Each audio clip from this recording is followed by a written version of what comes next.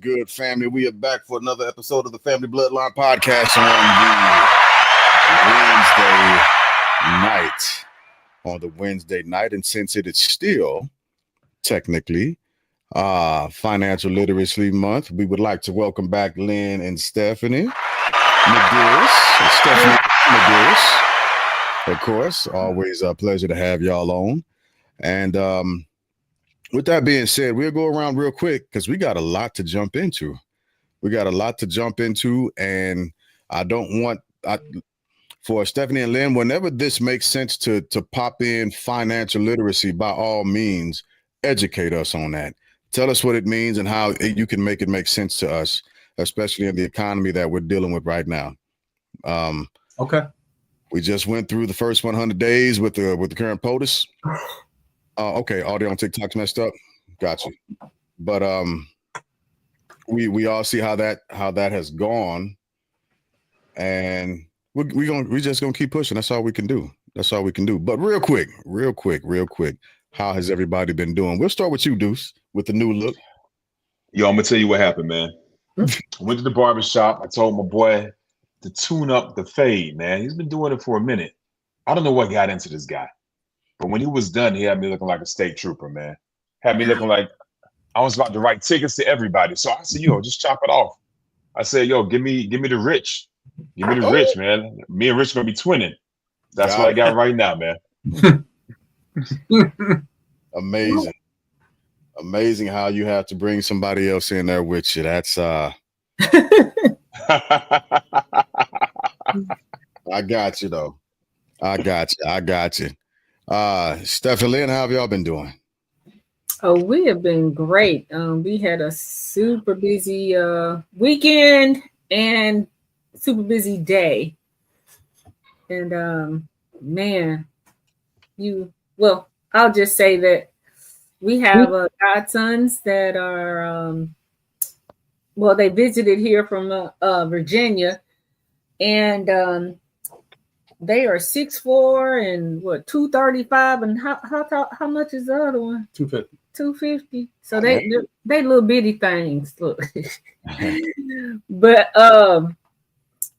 they're going into their 5th year. So anyway, NFL is in the future. So we got a couple of pictures from a couple of colleges. It's a roller coaster ride. Yeah. And then but Friday you've heard of Shark Tank? Yep. Mm-hmm. So at this college, a local college here, they had Raven Tank. Their mascot is Raven, a raven. So we were judges for elementary kids and one middle school kid group, and they were selling lip gloss, slime, and some stuffed animals, and they had to give their pitch, and we had to basically judge their pitch. Okay. That's what's up. All right. It was really fun. Yeah, I'll tell you so our two godsons / cousins were in town to meet with Rice because they entered the portal. Oh, okay. All right. And we had a master class on the transfer portal and the different monies and the different streams of incomes and the guarantees and the what's not guaranteed and revenue sharing and all this other stuff that they've thrown into the mix. But the game hasn't changed to the point where colleges and coaches still will look you right in your face and lie to you. Oh, so they'll be like this. Look, they'll say, no. Yes. Just look you right in your face, because we were excited because we thought we were going to get at least one of them, because they're twins. So we thought we were going to get at least one of them here in Houston at Rice, and the other one just committed to the University of Central Florida. But you ask the question, do they both have to commit to Rice? Oh, no, they don't both have to commit to Rice. Guess what? They both have to commit to Rice. They both have to commit to Rice. And that was just a deal breaker. And they fed us well, because we went on, we were an integral part of the situation. Yeah. And I just, this NIL right now is the Wild West. I'm sorry, Mm. the Wild Wild West. Yeah. Yeah. And until they decide to get some regulation or what have you, It's it's bad. just, you got one kid, now, because they turn into the I NFL. want to show you Hold the on. picture. One kid's making $20,000. Yeah. Kid beside him's making $300,000. Yeah. And the kid beside him may not be playing. The $300,000 kid may not even be playing, but he got the deal. Yeah. And it's like, y'all just you got what you asked for. You want to pay players? All right, y'all figure that out. So I will say it right here: an NIL salary cap is in college football's future. I hate that. I know. So I know. that's crazy because now you're talking about what if a school goes over? Is there some type of Sure financial hit for the school? Look, because as much people hate the evil empire, which is the NCAA, they didn't start this. I beg to differ. No, this was started by a lawsuit. Yeah. And NIL was started by a lawsuit, and then NCAA came in after it had started.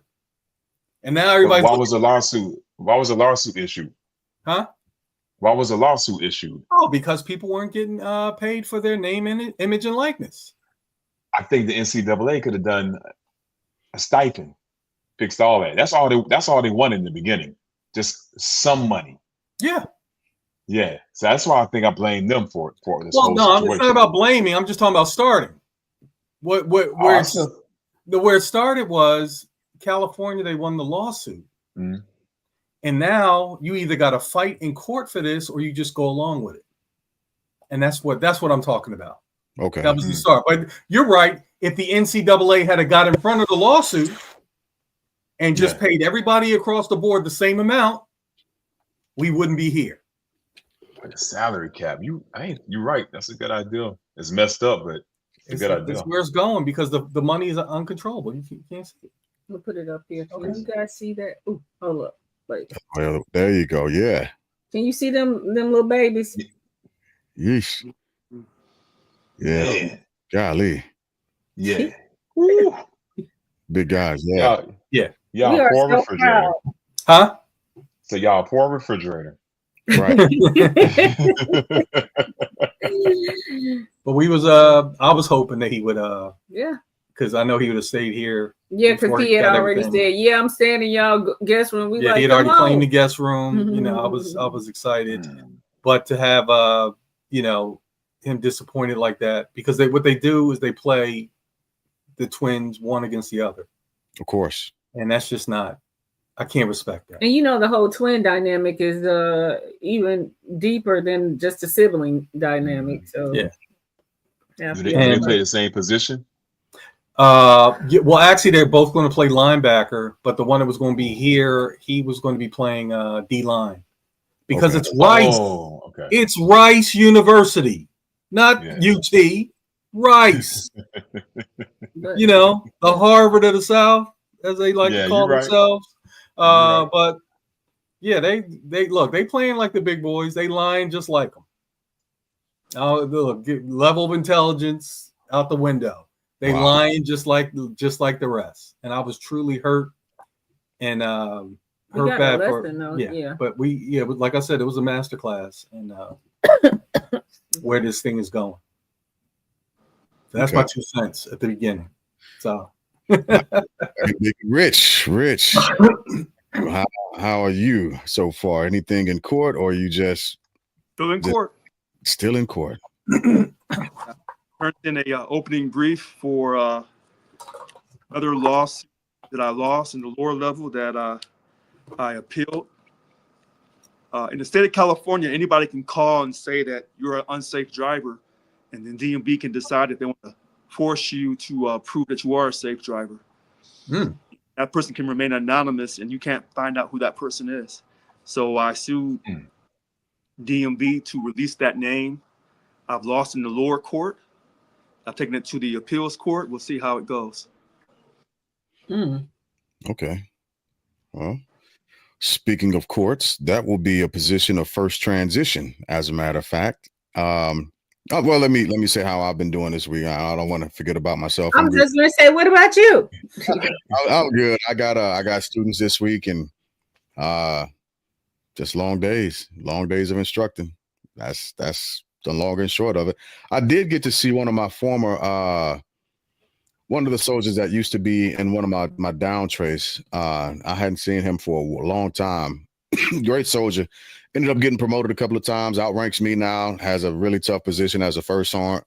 And he's getting people gathered together to get ready to go do their thing. But I was happy to see him. So I'll excuse me. I'll catch up with him throughout the week, and we'll hang out. So yeah. But that's how I've been doing so far, and just enjoying life. I almost forgot. Lynn had a speaking engagement this morning. Okay. At the college. So he cut his teeth on this room of college students about finance. And about part of his life story too. So it was interesting. And they were college age kids. He did a great job. That's good. Yeah, I see speaking engagements coming into the economic umbrella for you guys. That'd be nice. Yeah, for sure. Yeah, that's a new stream of income. So what I found out is if you want to book big gigs, you need a speaker's website. Yes. And when you have a speaker's website, you need to fill it with content. Yeah. So that's what we're doing right now. We're building the content, building the speaker's website, and then hopefully in Q3 we'll be getting some nice speaker money. Well, just a reminder, we have older content that you all done that I would be more than happy and willing to figure out how to shoot to you if you want to do that as well. All right. Thank you. I greatly appreciate it because I just started applying for these speaker engagements, and then when they said link your speaker's website in the application, I was like, okay, I don't have one of those. So it's like getting filmed. Right. That's in addition to the Medeiros Group website. So that's another thing that we're working on in 2025. And that's something that another venture that I wanted to look into once I got out of my current employment is looking into speaking engagements and getting wrapped around in that stuff, because I actually do enjoy public speaking quite a bit. But I told you sound like one of the civil rights activists. You sound like Martin Luther King and all that. And that is a huge compliment. But you're very articulate. Remember, I asked you, you came from some preachers or something. Mm-hmm. Parents, were they preachers or something? Just He does. He ain't gonna tell you, but he does. Well, James Jr., if you need somebody else to pontificate with you on that stage, hey, I would like to throw my name in that hat also. Here come Damon Wayans Sr., right? Yeah, Deuce, your voice is already kind of deep. It got a little deeper. What I was auditioning. I'm doing my audition. Right. Very good. Yeah. And so, as always, before we hop into too much content, I have to make sure I put the disclaimer out there and read it for the viewers. And it says, the views expressed are those held by the author and do not represent any other organization, company, corporation, or entity. That is our official disclaimer. So there we go. Now that we got that part out of the way, and I'll it'll be on the ticket throughout. But I think today might be it's going to be it'll probably end up being passionate on several different ends of it, depending on which way you lean with this stuff. So the question that we're jumping into first, we were talking about judges, but as the actual topic goes, and everybody has the opportunity and chance to weigh in on this, and then we'll start going through the subtitles. But is America great again yet? Is America great again yet? And here's the precursor to that question, as it were. Not just is America great again yet, but I've been looking for the answer to this question for quite some time now, ever since I heard the slogan resurface to life. When was America initially great? Never. Okay, so we got a never. Yeah, because is America great? You can take the again and the yet off, but compared to other countries, and some of the things that I guess we deal with on a basic human level, yes, but not the way that it's being presented like it used to be. For who? Or look, is it whom or who? For whom? Yeah. And so, with this being a place full of immigrants, what? But who are you talking great for whom? And if equality is in there, heck no. But again, basic day-to-day things, are we blessed? Yes. Compared to other countries, I'm talking about running water, electricity, the basics that we consider basics for life. Yeah, we are blessed. Compared to other third world countries and stuff like that. But politically and all that, no, I don't think again and yet should be on. I can't identify with again and yet. So that begs the question, are these smaller necessities, running water, electrical grids, even soap for that matter? And if we're going to take those into consideration, we have to actually also include the umbrella that they all fall under, capitalism. Are those blessings? I believe I'm going to say yes, because when we go through these little storms that we have here and our electricity is out and the air conditioning is out, or if you meet people who just can't afford them, because some people will jump out of the window because they don't have Wi-Fi. So that's like a first world country problem for real. But when you don't have what you are so used to, then you go like, oh God, it's been 4 days, since our electricity is out because of the grid. So that's no Wi-Fi, of course, but there's no air conditioning. And it's hot. It's humid here. Or like with your water, anything that goes out that you are so used to. So yes, because when it comes back on, hallelujah. When it goes off, oh Lord. Okay. You get so used to these things. Just go a day without it, and yes, absolutely. But that's basic. We're not even talking about basic when it comes to those questions. So above that, no. All right. Panel. We'll let Rich go. I'm he over there. Pledge Over there tweaking. And I know I'm the tip of the iceberg. Y'all getting ready to dig all the way down to where the Titanic is. So I'm just holding on. Oh, no. We might drill down. We'll see. He wants me to go first so he can climb on top of me and beat me in my back. Here's what I'm going to say. I'm going to use the words of Lynn regarding NIL, name, image, and likeness. And when he said that, it dawned on me tonight is really about that. So when you ask, is America great again? And then someone said, great for who? So in the name, is America great? And its image, and is it liked throughout the world? America is great on certain issues. As a descendant of the I look at America and I say, you have some character faults in your foundation.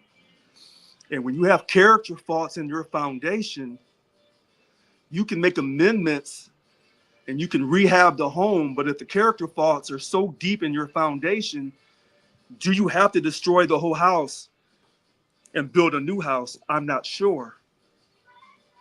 I'm not sure. So is America great again? Well, I guess by the polls, if you're a white male uneducated, you would probably say yes. By which polls, though?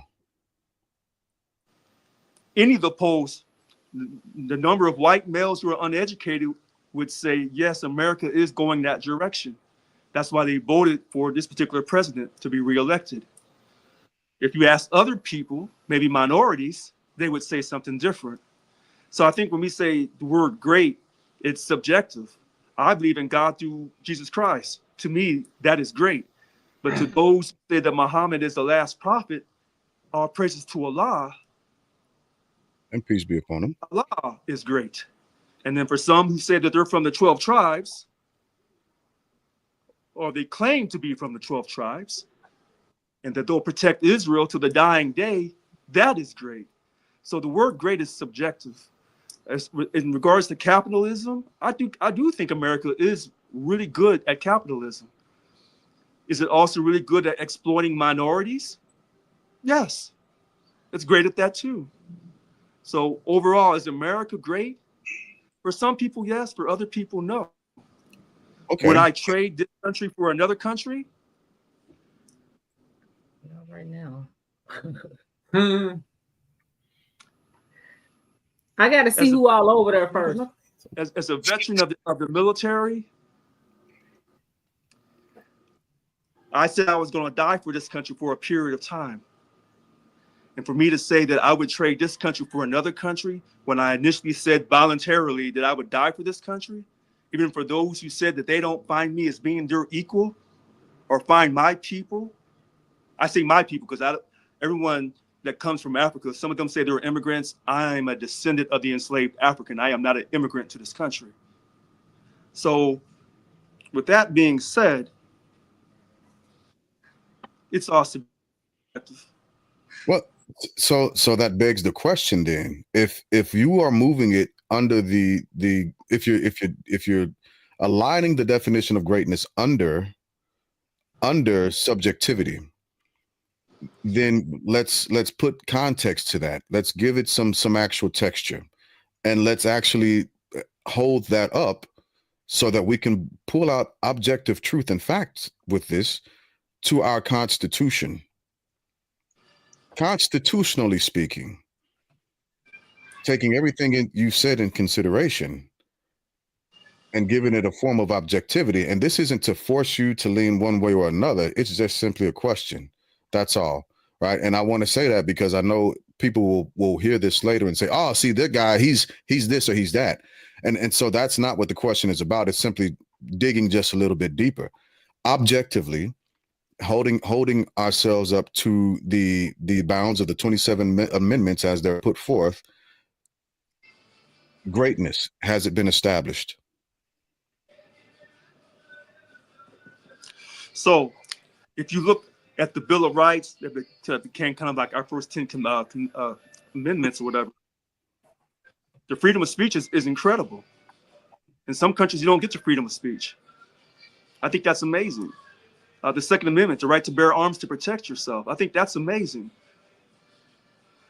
When they had to address the issue of slavery with the 13th Amendment and the 14th and the 15th. Pretty good. Pretty good. Maybe if you had done that from the very beginning, you wouldn't have had all those amendments. So for a person who's a descendant of the enslaved African, I can say, on some issues, you did this really well. You say add context to it. Many people will say, of course, our country is the greatest on earth. That's why our country is the most immigrated. Someone else could say, well, the reason why your country is so populous and why so many people want to come to America, because they have a feeling that they can get rich, not realizing that, yes, 1 out of 10 immigrants can come and probably get rich, but the other 9 will be used and abused, like the rest of us, unfortunately. So that's some type of context. You know, I do believe this, though, when it comes to women, other than not having a female president yet, I do believe women in this country have more opportunities. Excluding Europe, they have more opportunities to exercise their voice and take positions of leadership. But that's just my opinion. I'm not a woman. Okay. All right, we'll swing back to that in a second. We're gonna swing back to that in a second. Deuce, your take. Is America great again? Yet? Yeah, I'm gonna go straight for it, right? All Rich right. is being thoughtful right now. So I'm gonna say,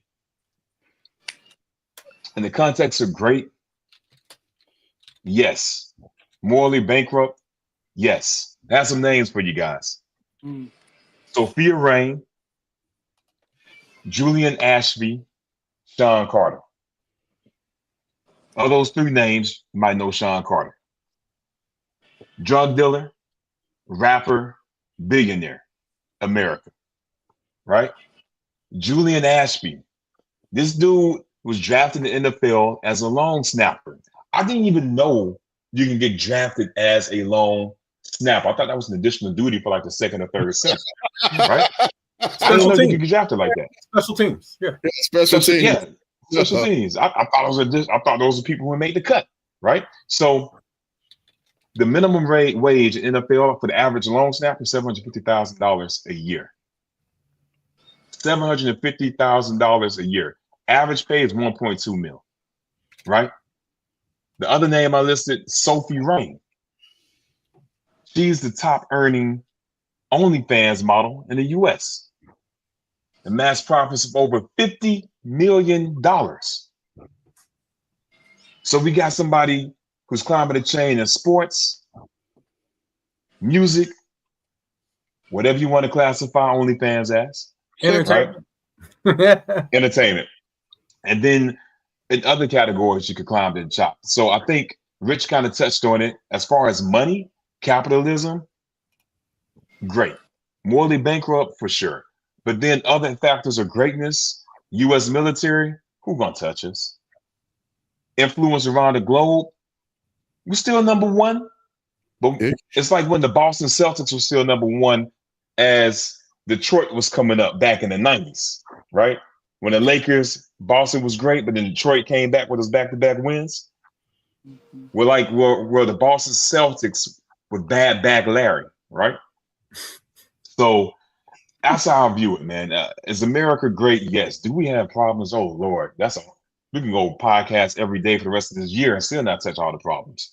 But great, you're able to control your destiny to some effect. Yeah.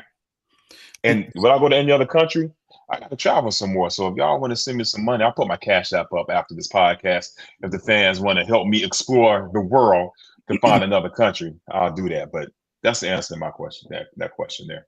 And you touched on the moral aspect of it, and I appreciate that. But you rode on the financial aspect of it. Mm-hmm. So, case in point, and this is just one of my opinions, my personal opinions. A country is only as great as it treats its weakest citizens. Name one great empire that treated its weakest citizens great in human history. I recently came back from Japan. The weakest citizens, talking directly, they're women. Not saying that women are weak. I just want to throw that out there. I'm not saying that women are weak, but from their cultural standpoint, right?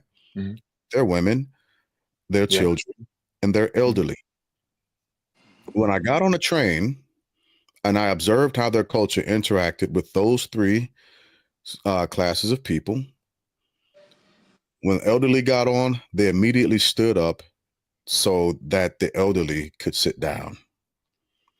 I saw children as young as my youngest child running around, walking to school, no adults in sight, no adults whatsoever, while traffic was going. And if the children looked like they were about to cross the street, every car on the street stood still. Right? Their women have their own train car, right? And this is a bit oppositional to what I'm saying because of the reason why they have to have the car. However, they have their own car at specific times of the day to feel safe. So at least they took a measure to actually protect their women from predator culture. They took that literal stance at high traffic hours, which is saying a lot for Japan society.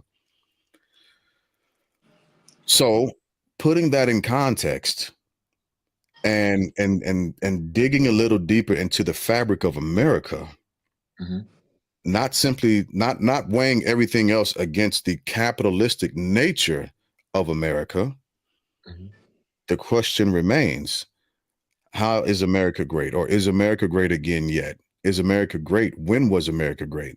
I want to say one thing, then I'll give the mic to somebody. But the question I asked was, when was a great superpower? When has a great superpower in human history treated its weakest citizen great? You talked about Japan, lovely experience there. It's a beautiful country. But when Japan made its footprint on human history, it didn't treat their people like that. Japan Agreed. was a menace, right? Japan to this day doesn't have a quote quote offensive standing army. They depend on America to protect them against foreign threats, right? So still they have a beautiful, wonderful setup. I would love to live in a place like that. But that doesn't answer the question as to when has a great superpower in human history treated their people with respect. And I want to touch more up on Japan, because I believe that Japan is a beautiful country. But if we go back in recent history, Japan was supporting Germany in World War II. And when Japan got bombed twice, and then part of that resolution was that you're never going to have a military to cause trouble for anyone ever again. Whether that was right or whether that was wrong, that's for another day. But Japan has made mistakes like any other. Now, has its mistakes been as great as America? Its mistakes been as great as America? And then when Deuce is saying about what great empire treated its weakest citizens with a level of respect,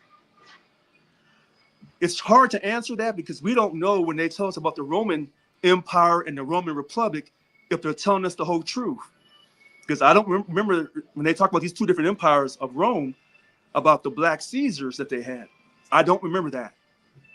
And all the other empires, you know, if they can't tell you the truth that Egypt was a Black civilization, if they can't tell you the truth that the original, let me shut my mouth. Let me stop. I knew where you were going with that too. I was gonna put the disclaimer back up. No, it's weird that he brought that up, because I visited Egypt in 2007, and I was there for I went to Germany first, then 4 hours to Egypt, and I was there for 8 days and 8 nights. And when I came back, or even when I was telling people that I was going, people would act like I wasn't going to Africa. Oh yeah. And that just really, I'm like, what? It's like, oh, I'm going to Egypt. It's like, oh, cool. And it's like, well, where is Egypt? I'm like, and so with that, that kind of gets my passion going. So I'm gonna slow it down. But see, when I talk on your podcast, I am still the president of Local 1000, the largest public sector union in the state of California. If someone watches this podcast is offended by my words as the president of the union, then take me to court. But I'm already there in court, so feel free. But I stand on what I say. If I'm going to add some context about what great empire treated its weakest citizens with respect, love, and respect, if they can't tell you for a fact that Egypt's in northern Africa, if they can't tell you for a fact that the Pharaoh and those people were Black people, were they as Black as me? You just go on down to Sudan, you'll catch those. I was going to say, some of them, yeah. So you look at the whole color spectrum. If they can't tell you the truth on who the original people on Earth were, if they can't tell you the truth on Egypt, they won't recognize that there were Black Caesars. They won't tell you that the original Europeans were people from Africa, people of color.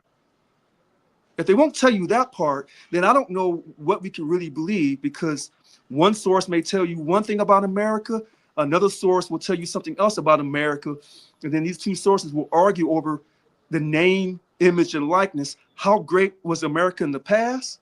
Have we regained that greatness? Because the greatness was based off of capitalism, which Deuce is saying, but you enslaved some people who you said were inferior, and you brought them over here, and you took away their name, their religion, their culture.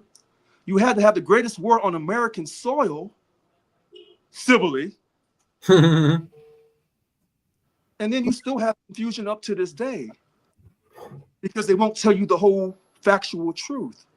I mean, they barely admitted many years ago that the original people on Earth were, quote, people of color, Africans, and that they carry the master gene. I'll stop there. All right. Lynn, were you about to chime Yeah, in? yeah. So let me go back to the original question, Okay. because I've stumped 100% of every Trumpster I've had this conversation with. I would say the Morris, by the way, Deuce, but go ahead, Lynn. And the question is, when was America great? Because if you're asking, if you're saying make America great again, Mm-hmm. that logical statement means that it was previously great. So when you ask that red hat wearing person, when was it great before? I've never gotten a year.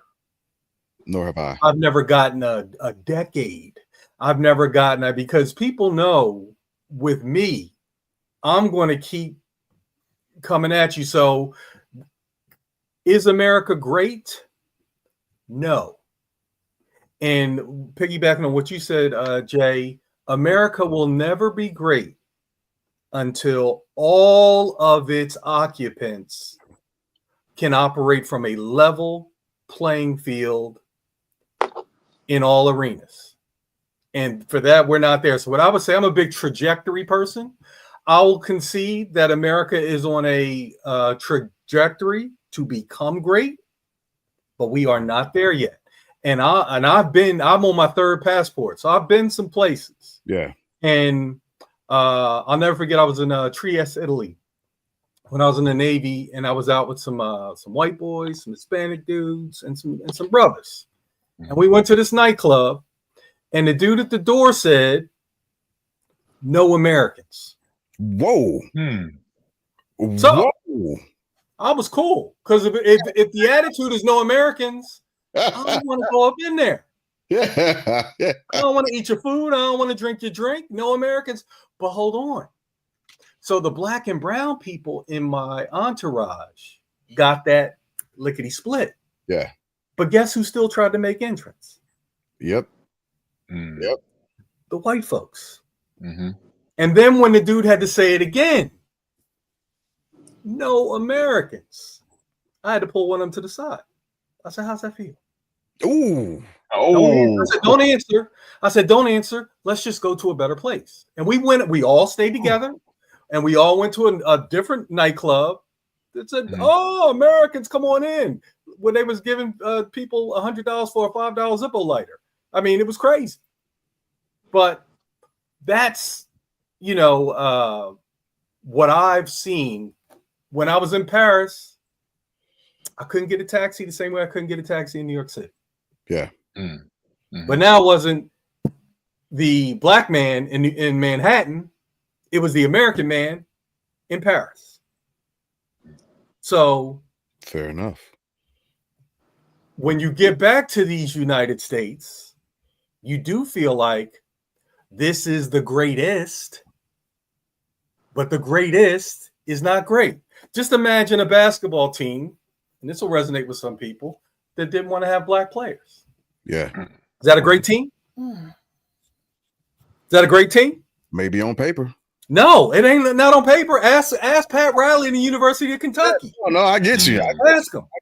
I get you. You are not great until you include, because you got all of this talent and genius and melanin, or whatever you want to call it, sitting over there in the corner, and you don't want to bring that in because you're afraid, Yeah.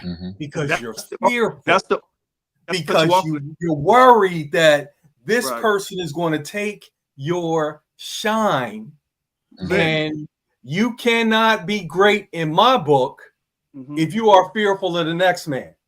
So one of the things I touched on today is the playing field is slanted. Right. I want to see it even for everybody. But I don't need an even. I don't need an even playing field to win.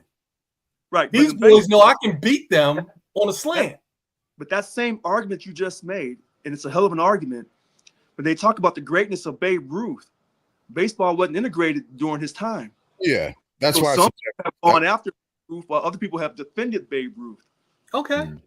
So Listen, Babe Ruth was a great baseball player. I'll tell you why I think he was great. The dude pitched. He was a Hall of Fame pitcher and a Hall of Fame hitter. Sure, but it was segregated. Segregated. It was It segregated. don't matter. Don't matter. He was killing the people that was in front of him. Yeah. I'm gonna give him his props. okay. And I respect think if that. they'd have been integrated, he would have still been smacking them out of the park. I believe that. But ultimately, greater players and greater hitters and greater pitchers came down the pike. Right? Well, I'm not a baseball purist. I won't even touch it. I'm just saying people in baseball would say that he was just as great as any major league player today, regardless if it was segregated or not. That's their argument. I'm not saying this dude, let me look. Have you seen Babe Ruth? Yeah. The 300 dude was built like Archie Bunker. Yeah, Come on. This dude was slapping balls out of the park like they were nothing. and he had to. He was great. He was great. Don't see when we try to take like this whole weekend where people try to slide in Archie Manning and compare him to this situation. If you was paying attention, Archie Manning didn't say nothing. He was quiet. Eli Manning was not in meetings with his headphones around his neck, taking FaceTimes and doing deep, dumb stuff. None of that happened in the Manning thing. Manning just waited until now. And then he did his thing. And when he timed his thing, everybody was like in a disarray. There was none of this coming down the pipe. Eli's never going to pay for the Chargers. That was not in the news. But when it was time, boom. And see, we should learn to move that way. I agree with We that. move, we chirping and this and that, and I'm going to Some of dictate us. this. No, too many of us. I'm going to dictate this and I'm going to dictate that, and I'm going to go in there and I'm going to ask for this signing bonus. And if they don't give me the signing bonus that I want, then I'm going to take my talent. Go ahead. But you know what? You Yeah. know what, Lynn? Yeah. You're not completely wrong. This is very There is an adverse to that answer. Huh? because There's an adverse to that response. You're not completely. no, I know what you're saying. because we are Right. so culturally different. So when we talk loud and excited, people think, "Oh, they're mad." No, we're not mad. No, That's I understand that. I understand that. And we play sports differently. Our swagger is different. Yes, yeah, but guess what? Guess what? There's a game to play in every discipline. Yeah. If you're on the stock market floor, there's a game that you got to play. If you are if you are a banker, I had a friend. He told me he learned this lesson the hard way. He was dressed casually on a Friday. Old dude rolled in there with 800 grand. And the first thing out of his mouth is, "I'm not giving it to that guy." Yikes. That was the first thing out of his mouth. And she used to work with me. She'll tell you how many times I dressed down on Fridays. Didn't happen because I was the leader. I didn't know if a client was coming in there or a recruit was coming in there. So when I was in that game, that's why we're here now. That's why we're here, because we don't play that game. We don't have to play the corporate America game. We're playing the Medeiros Group game now. But if you want to play in the NFL, you have to get down with their system. I was a financial advisor for the Players Association for almost a decade. You ain't changing nothing in the NFL. Roger Goodell doesn't have the power to change nothing in the NFL. That is a collective that is stronger than all other professional sports put together. You ain't changing it. LeVar Ball tried to change the shoe game. How did that go? He tried to change the paying players game. How did that go? It don't. All of those entities have systems, and you're not going to come into that system and change it. Lynn, historically, you're right, but you're not totally, because Kurt flipped the system in baseball for free agency. So at that time, the league, the owners controlled the players. Kurt Flood challenged that status quo mindset and broke that. And that's when free agents arrived in baseball and it spread Right. across the other. No, I'm familiar, and it was Kurt Flood Jr.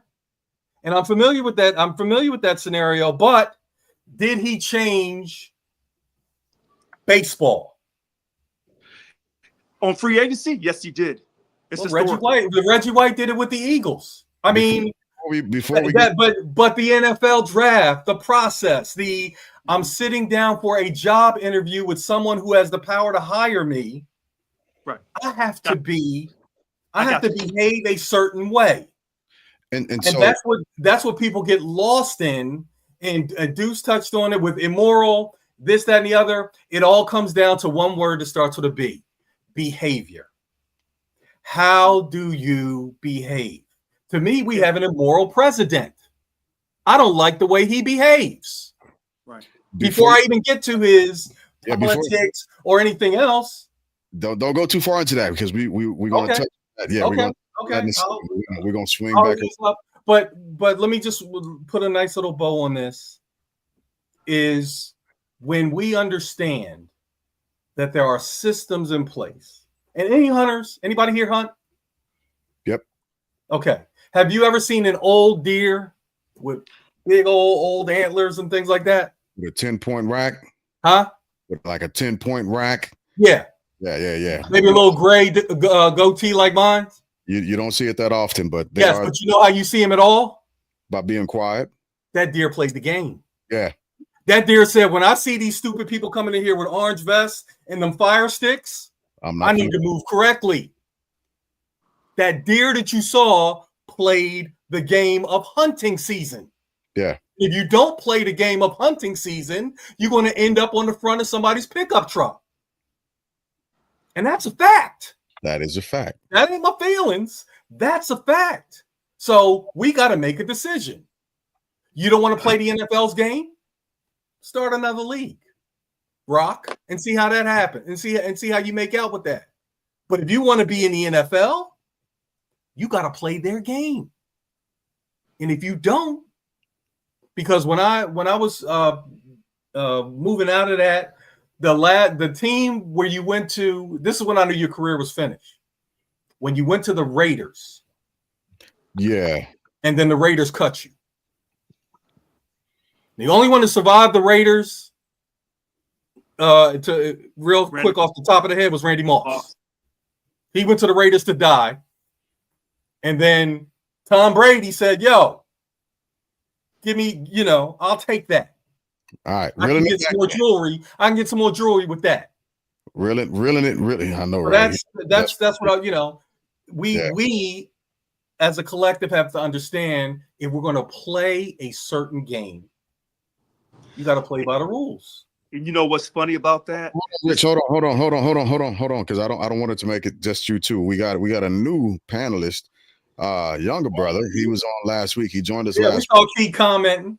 Yeah. Thanks for coming in and hanging out with us again tonight. So, Key, give us your approach right now on is America great again yet? And then again, when was it great initially? Right? Mm-hmm. And what does it look like now? And then we're going to push to something else that's going to push that just a little bit further. Right on. First, I want to say thank you. You know what I'm saying? Thanks for having me up here. Share my little thoughts. In terms of America being great, when I said it's the greatest it's ever been, I mean, like, definitely in terms of infrastructure and opportunity. First, I want to preface and say, of course, there was a time in America where things were not right. We don't have to debate about that. But as someone, I'm 29, right? I didn't have like a mom that you would say is someone who, or a dad, you know what I'm saying? I have both my parents. Neither of them like made a situation about like things of the past. Like I knew them, I learned them in school. I know Martin Luther King, I know the Underground Railroad, all those things we talked about. I want to, all that stuff is important, right? But at this stage in the game, there's nothing actively stopping anyone from doing anything that they want to do. You can do anything you want to do. Now, if you have some type of fear, if there's the fear of the unknown, the fear of growth, fear of change, there's a lot of things that may stop you, all right? In addition to, there may be entities, people, leagues, as you've spoken, like you can't go replicate the NFL. First off, the NFL, what year are we on? They just had 75th anniversary of the NBA. So what year is the NFL on? So you're talking about long tenure. You can't compete with that. But I want to speak to Lynn. Yeah. What he said, you can't compete with that. But most entities, most people who try don't even stay in the game long enough to compete. And you know that's by design. You know, they're going to push you out. They're going to make it tough. They're going to do all those things. But there's nobody stopping you from trying. Just because you try something doesn't mean you're going to succeed. That's number one. When we talked about a level playing field, okay, I would argue that the playing field is level. People aren't taking advantage of the playing field that we even have. For example, there are people who don't even take advantage of opportunity. When I say, and I'm going to get back to your question of when America was initially great, before I even go any further, at the point where you could be able to do whatever it is you want to do. Was it easy? No. I mean, it's nothing. Do you have a date? Do you have a date associated with that time? I would say, based on what I've seen from the African American communities, I would start in the 70s. I mean, there were so many things happening great for Black people in the 70s, but those things were not capitalized on. You know what I'm saying?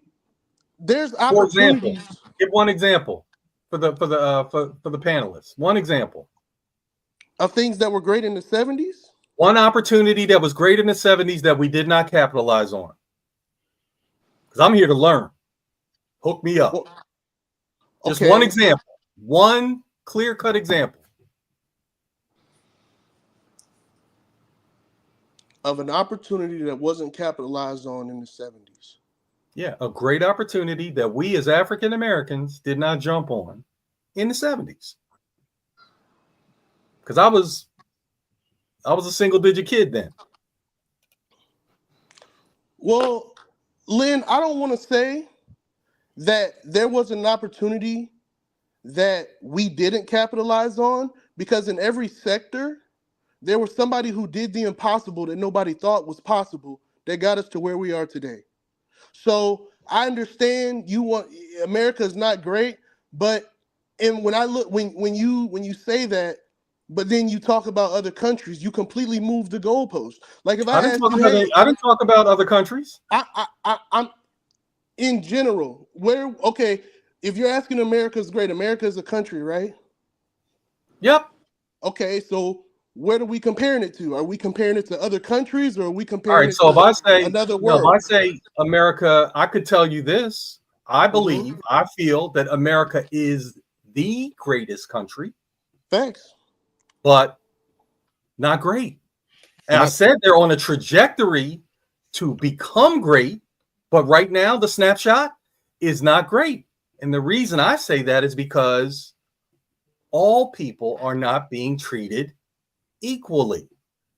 So Keontae, if you go back to the 64 and 65 Civil Rights Acts, if you're saying that African Americans didn't jump on that and vote in huge numbers when the 65 Voting Rights Act came out to stop discrimination in voting, if that's what you're saying that could have started in the 70s that we didn't capitalize on, you would be correct.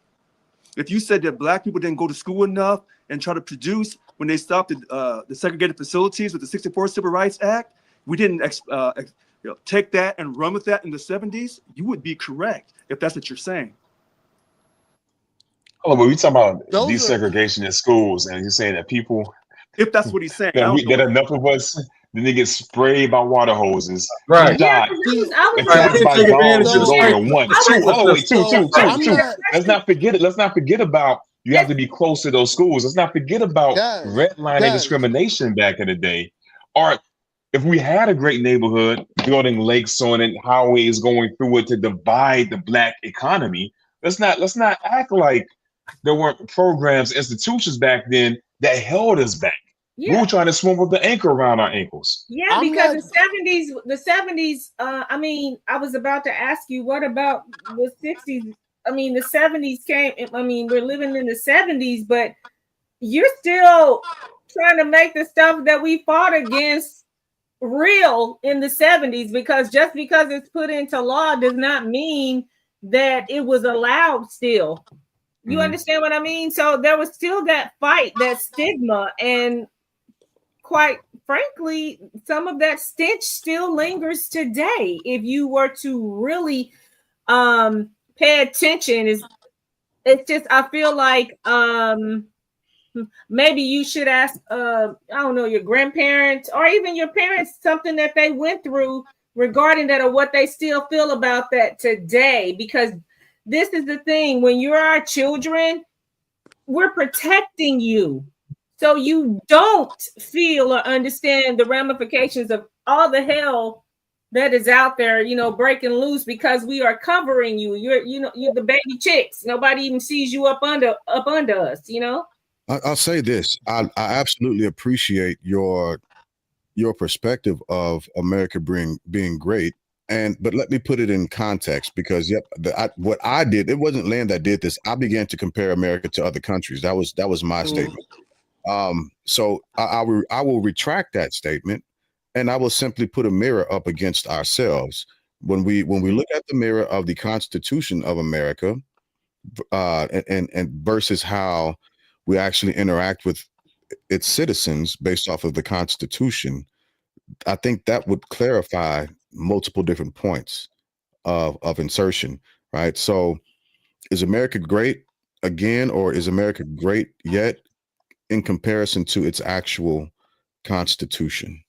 I think that's a better question, if that makes sense. That gives a lot of clarity, because right now, especially with the way things are going on with certain things that certain people are getting away with, I should say, in higher offices, I'm like, what does the Constitution mean? How we have a Constitution? How is all of this chaos still going on? Where are the checks and balances? So I feel like we are actually about to learn or relearn what some of these laws are, because I just feel like our leaders have run amok, and where are the balances, you know, on some of this behavior? Where does the Constitution come into play? Well, and obviously y'all definitely went a lot of places with that. I'm not debating or you know, speaking. Of course, there was a time where things were really messed up. You know what I'm saying? I agree with you 100%. When with what he left. What was his name? Rich. Rich, I agree. You know what I'm saying? Oh, no. I didn't know about those movements and things that he spoke of. But if that's something that he feels, then that goes to my point. But I'm talking about today. You know what I'm saying? I remember last week, Lynn was he was talking to Rich about things of today, and they want to know about today. Mhm. Well, as of today, there is nothing stopping you from doing anything you want to do. I mean, I'm 29. I've run multiple businesses. Right now, I work with international investors. I'm talking to people in China, in Africa, all over the place. There's nobody stopping Keontae. And I'm not going to speak on everybody's situation, but there's nobody out here stopping you. If you want to go buy a house right now, and when you talk about what y'all fought for, this is exactly what you fought for. To me, we have a level playing field. People are not taking advantage of it fully. Shoot, I know people younger than me who are doing better than me. I know people older than me who are doing better than me, and I know older people who are doing worse than me. You know what I'm saying? I know older people who don't even know nothing about their credit at 50, at 60, at 70. You know what I'm saying? I started off in business. I didn't stay because I wanted to do something else, but I started off as a financial advisor. So I know all this stuff. I know how I was selling insurance too. I know how these financial plans go. I know how all this stuff is set up. But if you're a person, you're an adult, and growing up, you thought the good times were going to keep going and you didn't save, that's your own fault. If you didn't take advantage of the opportunities that are there, that are still there right now, that's your fault. There's nothing stopping you from going to the library. I've been into multiple libraries in multiple states. I've never been charged for a book. I've never been charged for a computer time. I've never been charged for the printer. I ran an eBay store. I was going back and forth to the library to print stuff because I didn't have a printer. I was getting free stuff off of Facebook. There's nothing stopping you from becoming anything you want to be here in America. And you know how I know that's true? Because I deal with EB5 investors, people who want to come and bring their money to the United States just because they want to get it out of the economy of the country they're in. So when we talk about all those things, yeah, the civil rights movement, all those things, those were terrible things. I agree with you. But all those things y'all fought for was so that the next generation could have this level playing field. But the next generation ain't even taking advantage of it because the last generation didn't even take full advantage of it. Nobody's actively. I would say I hear your points. I hear your points. I would say that we have access to things that we didn't have before. I will push back on the level playing field because while there's not a hard, tangible obstacle preventing us from achieving things, there are still systems in play that prevent us from having the same access that white people have. If you think about like a race, right? They're starting at the start line. We're starting some feet back, right? Mm-hmm. We're both on the track. Like the New York Marathon. Mm-hmm. Yeah. We're starting ways back, right? We got to catch up. And that's a lot of energy to do that. I mean, we still have the huge wealth gap between our households and white households. We still have educational gaps between that because public schools are funded by property tax, right? Mm-hmm. And there's not too many of us that own homes in the first place, not compared to white people. Mm-hmm. And our neighborhoods tend to be cheaper than white neighborhoods, right? The rich neighborhoods, you don't see a lot of us in there. We do have some rich neighborhoods. I'm not saying that we don't. Mm-hmm. But on a wide number, there are more rich white neighborhoods than rich black neighborhoods. And although we are a smaller slice of the population, we make up a larger percentage of the jail population. So we're policed at a higher rate, right? So there are still those things. You see how like the school, the present pipeline that exists in our schools, right? So there's still a lot of programs in place that are obstacles. Now, to your point, I can't think of a hard obstacle that's blocking us. But I wouldn't say that we have an even playing field. And I would like to say that, I don't believe that the playing field is level. And also, when you say that people didn't take advantage of all of these opportunities, and when you say what I'm trying not to do is translate what you're saying, but it's just to my understanding, because what I hear is like they didn't work hard enough. All of the adversity that we went through or that our parents went through, that stuff was hard as hell. And when someone comes up and say, you know what, you worked hard for me, mom or dad, but you suck, you didn't work hard enough. That's kind of it sounds like, for lack of a better word, entitlement. Not that I'm saying you're entitled at all, because I applaud you for what you're doing. You know how to research and get all these things done that you want to do. But do not crap on the civil rights movement and what all of those people went through and still going through. Let me share this with you, Key. And what, to Deuce's point, neighborhoods, the grocery store in your neighborhood. Forgot about that. Yeah. This is just the basics, like I was saying before. Your produce is a little bit different than an affluent neighborhood. You go there and be like, dang, did you see the size of those grapes? I'm just saying that's something small. How many chicken places in your area? How much fresh, how much fresh fruit and vegetables it's small things, but they mean some, and it's just things that people get used to because it's like it's something that it's a blind spot, I feel, that that maybe, I don't want to say you have, but I feel like there's a blind spot. And I feel like once we fill it in for you, you're gonna be like, man, I didn't know that. Like when you when you think you know somebody, you think you might know your grandma or your grandfather, and then they start talking about Jim Crow, and all you know about your grandmother, your grandfather is that they bake cookies and can make a good barbecue or banana pudding, but you don't know what they went through. You don't know them as a person and their struggles. Like with anybody's life, once you get to know them, you go like, oh my God, I didn't know that. And then you're like, wow, and then it fills in. Then that way you're not like, you don't think that people didn't necessarily try hard enough, because unfortunately, everybody does not have the same opportunity. Even today, people don't have the same opportunity, whether it's, they chose to stay married or get married or have kids or take care of the elderly. Everybody's not, I'm not making excuses, but everybody's not free to do what you've been blessed to do. So because it's something that's different, if you see somebody that's older than you or even younger than you that's not doing what you think they should be doing, you don't know what's going on with them. Some people are lazy, yeah, but please don't be misconstrued about all the mess that's going on in this country. Like you were saying, like the red lines and everything. It's just so much that you don't even realize that's still going on because you were sheltered from it. Yeah. And they did a great job of sheltering you from it so that you can be free in your mind and do everything that you're doing. I love what you said about the library. That is so true, because I love the library too.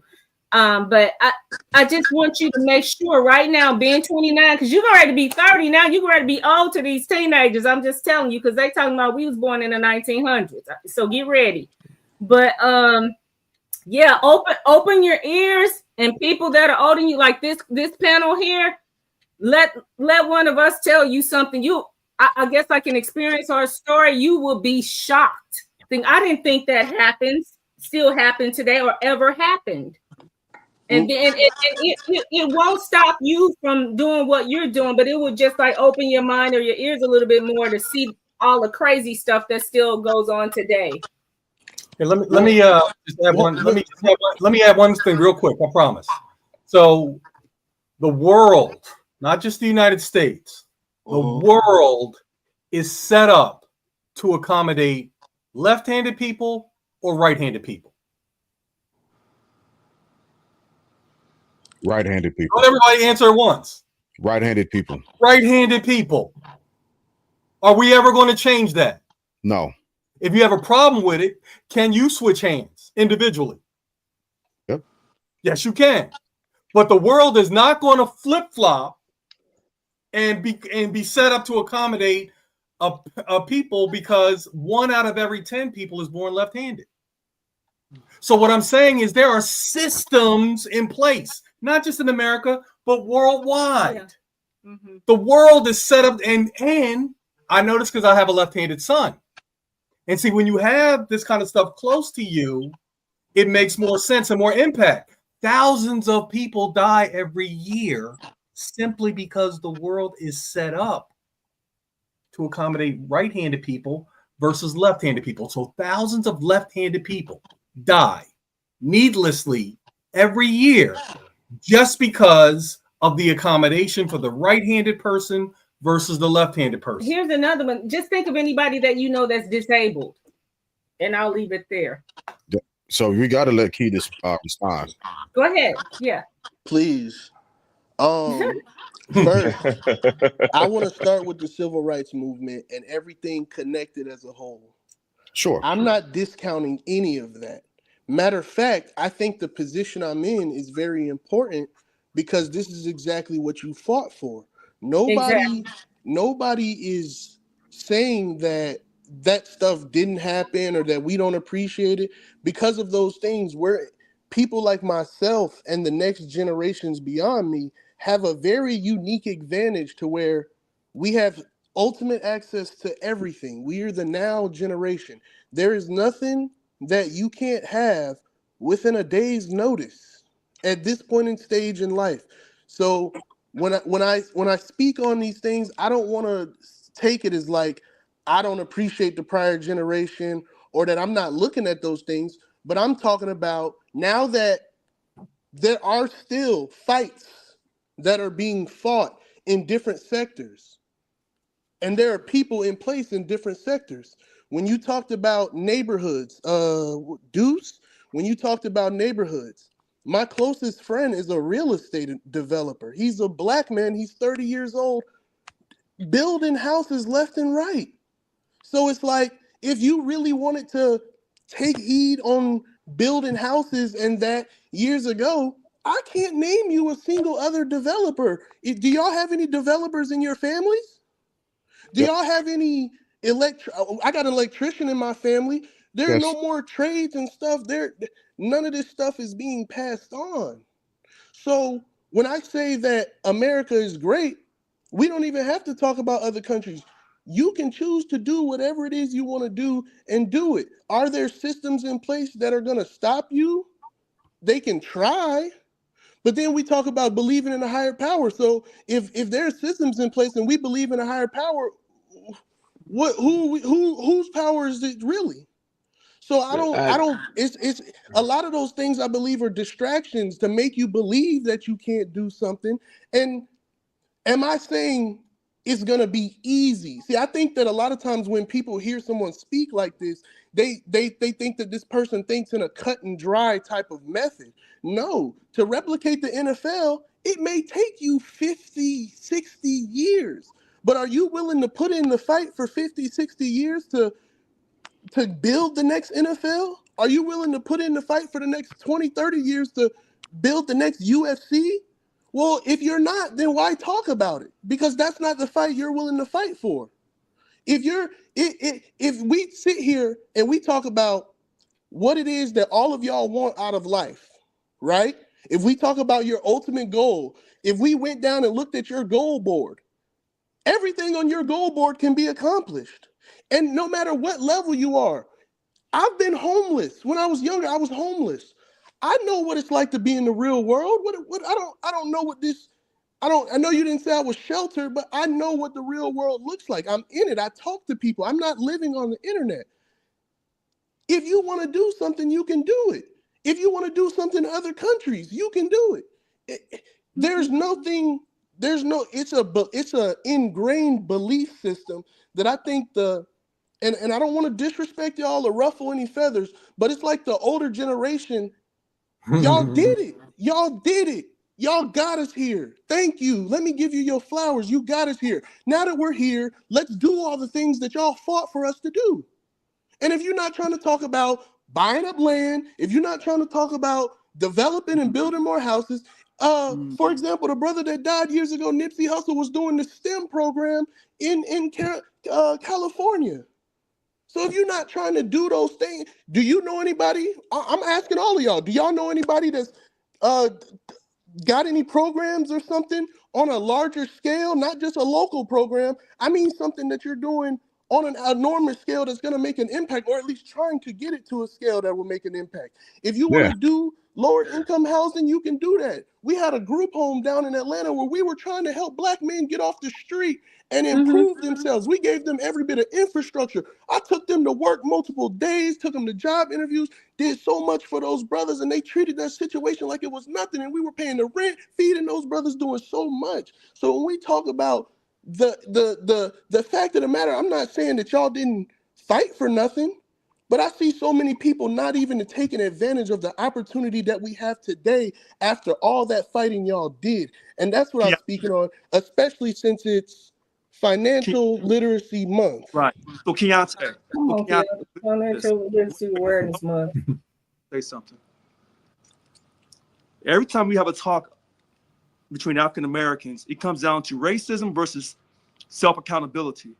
If you believe that racism is in the past, present, and in the future, you're probably a Democrat. If you believe in self-accountability and you believe in God and you can overcome anything, you're probably a Republican. If you notice, Keontae, I don't choose one or the other because they're both equally weighted. So when you talk about the struggle of the enslaved African. At the beginning of this conversation, Keontae, if you remember what I said America is a great country, but it has some character faults. And I told you that I am a descendant of the enslaved African. Nobody else on this panel told you that. So even though I agreed with you about America being a great country, we also have some character faults, which the others on the panel are saying, that are still present, and they're going to go into the future because this current president is stopping all DEI programs and anything else that he can stop that can help render the racism from the past that's still present today that will go into the future unless you correctly address it. But Rich, you are don't play their game. Don't play their game. If you don't want to play their game, you don't have to. That's my point. Keontae, hear me out for a second, Keontae, because I'm talking fast. It's not about playing the game. Everybody thinks it's about playing the game. If you come from an environment that's considered the ghetto, you're already the game because you've already been born into a short-term mindset war zone. So if one person like Keontae can make it out of the ghetto, that doesn't mean the other 9 are going to make it out. That's the love of God that I have in me, the righteousness that I have in me, that even though I have a blessing from God to do something great, the others may not have that same blessing. So I have the responsibility from God to uplift the others. I'm sorry, go ahead. Facts. I I wanna- 100% agree. You should uplift people. And in fact, I have uplifted a lot of people, brother. But that doesn't mean that once you uplift them, that they're going to carry on being uplifted. Some people will be uplifted and then fall back into the same things that had them in the gutter to begin with. You know what I'm saying? Some people are not even trying, my brother. So that's what I'm saying. So if we're gonna talk about it, we have to talk about it from a place of like we're trying to do something about it. I don't want to sit and dwell on the past. I understand that y'all put up a fight, and now the fight is in different places. We're no longer fighting in the streets, you know what I'm saying, and getting sprayed down with water hoses. Now the fights are in courtrooms and in different rooms that, you know, I'm not going to sit here and name every room that a fight is being fought in. Now that there are brothers in engineering and planes, and there you can do everything. I just don't see how y'all could not be thankful for even the people that came before you who fought for the positions that y'all have. Y'all have homes, I things like think that. You couldn't do that at one point. So the fact that y'all put up the fight and we got here is the most amazing thing in the world. So I think some points are being. I'm sorry. Go ahead. Yeah, I definitely hear what you're saying, because those are the points that you're making are often talking points that I hit on as well, and it's a movement of action and not simply a call to arms. However, in the translation between the two, there are things that have to be noted, especially when if you're not a student of war, you really don't understand what strategy, functionality, and tactics look like, right?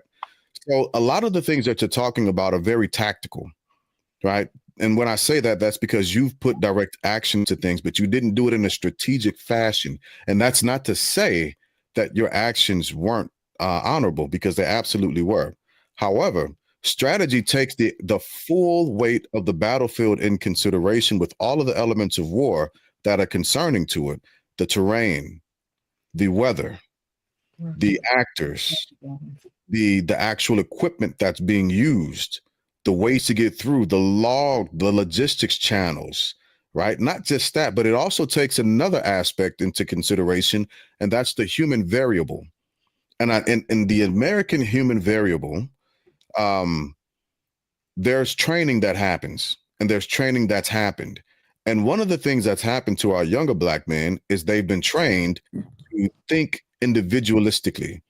And that movement of an individualistic thought has severed the actual understanding of group movement. You can put action to what you think is group movement, but you're honestly doing or partaking in a very individualistic push, right? So when I said all of that just to say, there's a lot of stuff and a lot of points that you said that I absolutely agree with. However, understanding the terrain, understanding the conditioning that we're in, we've talked directly more so towards financial fixes. Hopefully it comes back. I'll continue. But we've talked more so towards financial fixes And we've completely forgotten about the psychological operations of warfare. We've not mentioned that. I've tried to insert it on multiple different occasions, which is why I've continued to push in the aspect of the moral fabric of America. When we take in the psychological aspects of this warfare that we've been hurled to and through, it's going to take more work to begin to unlearn the habits as a culture than what it will individually. So simply taking a group of men, because I've done it also. When I was younger, I've taken people to work. I've tried to help people start programs. I've tried to help a lot of people do a lot of different things, but I figured out, oh my goodness, I'm doing this on an individual level and I can't do it this way. It's not going to matter. I'm feeding people for a week or two. I'm showing them how to go out and go to a grocery store, but I've not actually placed grocery stores in my neighborhood. So I'm not really giving them a waypoint. I'm still essentially I'm giving them over to the system that's going to suck them in, because they're still going to the corner store or the grocery stores that aren't owned or controlled by us at large, right? And so I got you, Steph. Give me a second. When we take all things into consideration, financially, we are pushing forward, but we're doing it very individualistically, and we're forgetting about the moral and psychological operations that have to actually be intertwined in a movement as a whole in order to begin to win battles, which are the actual construct and foundational picture in various different placements of war. That's why we continue to lose. That's why it feels like you all are fighting against us and you're not, right? We're speaking the very same language with various different gaps of understanding of concepts, as it were. And we all have a very similar goal. But when it's being looked at and taught from a movement of strategy, tactics takes over and everybody wants to put brute force when all you have to do is turn the door knob to a door and open it. You ain't always got to kick it down, right? And we're continuously trying to kick it down. And in those efforts of kicking it down, we're kicking each other down, unfortunately, because that's another trained behavior that we have. Jay Glass, what you were saying, I think that this is missed. I agree with what you were saying about the whole strategy and everything of war, but I have to interject this.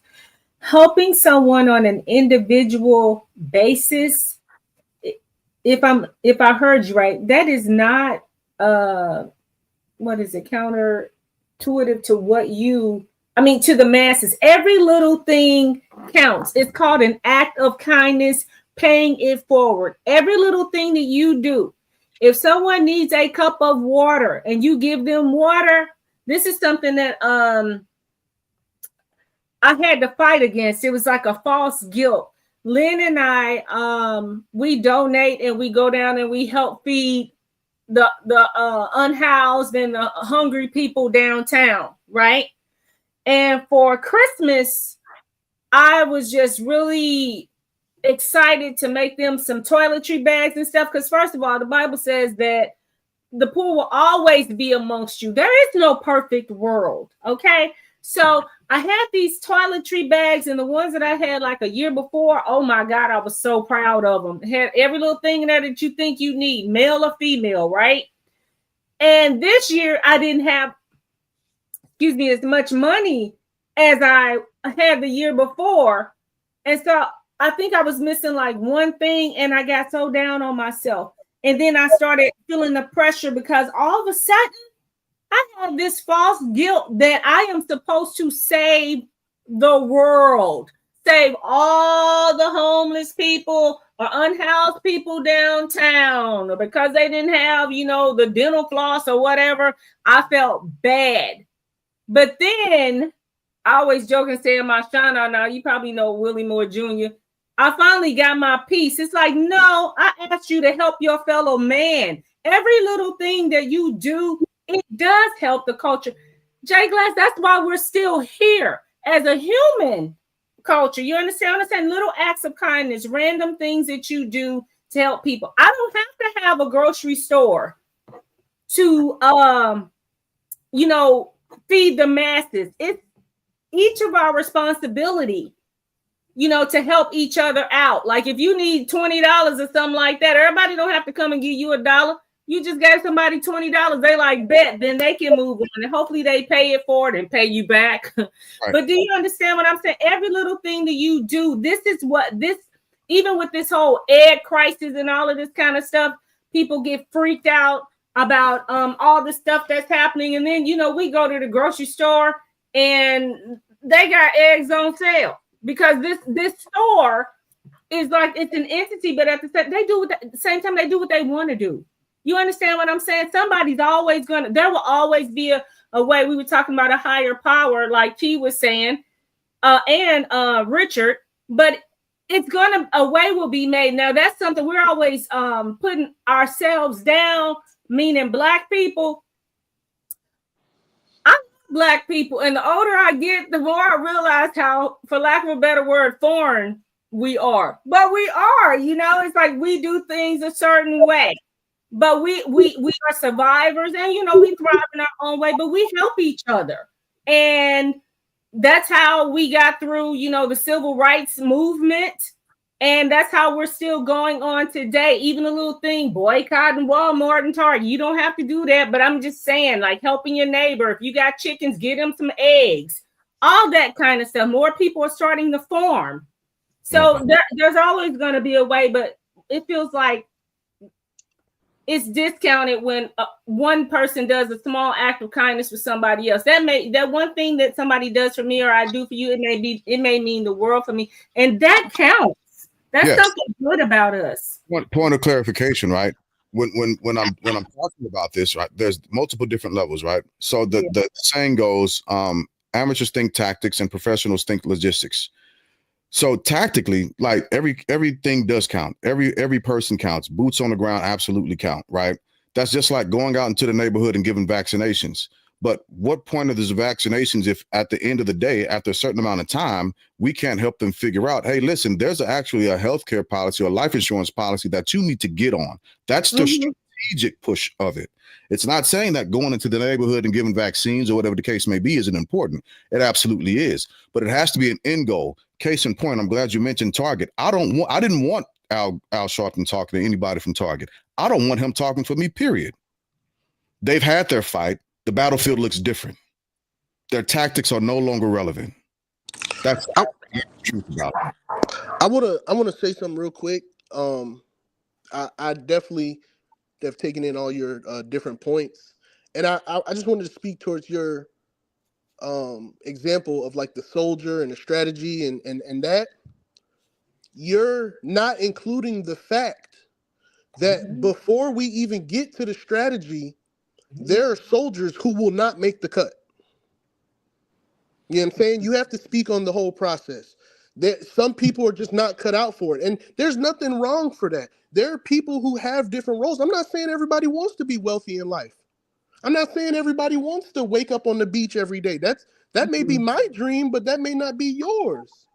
But when we talk about it on a large scale, I really feel, I don't want to big up myself or nothing like that, but I've done strategy, bro. I used to run seminars in different states, trying to teach people financial literacy. I'm talking about doing online marketing, doing hand-to-hand. I have friends and family. I've been licensed as a financial advisor and in insurance since 2018. Do you know that the only family member who's ever taken advantage of it is my grandfather, who's worked at Purdue since before I was born? And I have a whole family that knows. And I tell them all the time, every time I see them talk about money, I don't even try to convince them no more. I just say, hey, y'all know I'm licensed and I can help y'all with y'all situation, right? So at this point, that's why I keep speaking towards people not taking advantage of the situation. And I really love that as a soldier, if you go to the Marines, like for example, I ain't gonna lie, I'm a bit overweight, you know what I'm saying? I'm not gonna lie. If I went to the Marines right now, they'll throw a red line across my chest as soon as I get there. And if I don't do something about this weight, I'm gone. End of discussion. I disagree. They wouldn't let you in the front door of recruiting, actually. That's the honest truth. Thank you. So it's not that I don't count that, because again, I'm actually a student of war, right? And I don't like telling people what I've done, but just to put credit to some of the things that I've done is I have assisted in the actual drawdown of Iraq, right? Logistically, I helped plan that. I've also been in South Korea planning how to get equipment from port to port to assist in some things that might have been coming at the time. Right. So this isn't anything new to me at this point. I've been in Iraq, literally boots on ground. I understand what I'm talking about from a scientific portion and theoretical aspect to a practical application.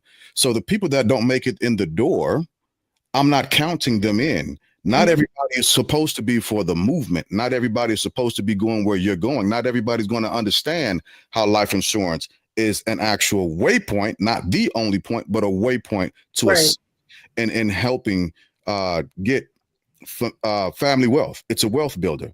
Not everybody understands that there's a difference between life insurance and car insurance. And those, after you have the discussion with them, you fill it out and you say, oh, okay, well, we're going to have to pull this contract back. We're not letting them in the door recruiting because the efforts will be lost. We have to move on to the next person. We appreciate the time that we have with them, but they can't be counted in the fight because they're not an enabler. They don't have anything to add to the fight.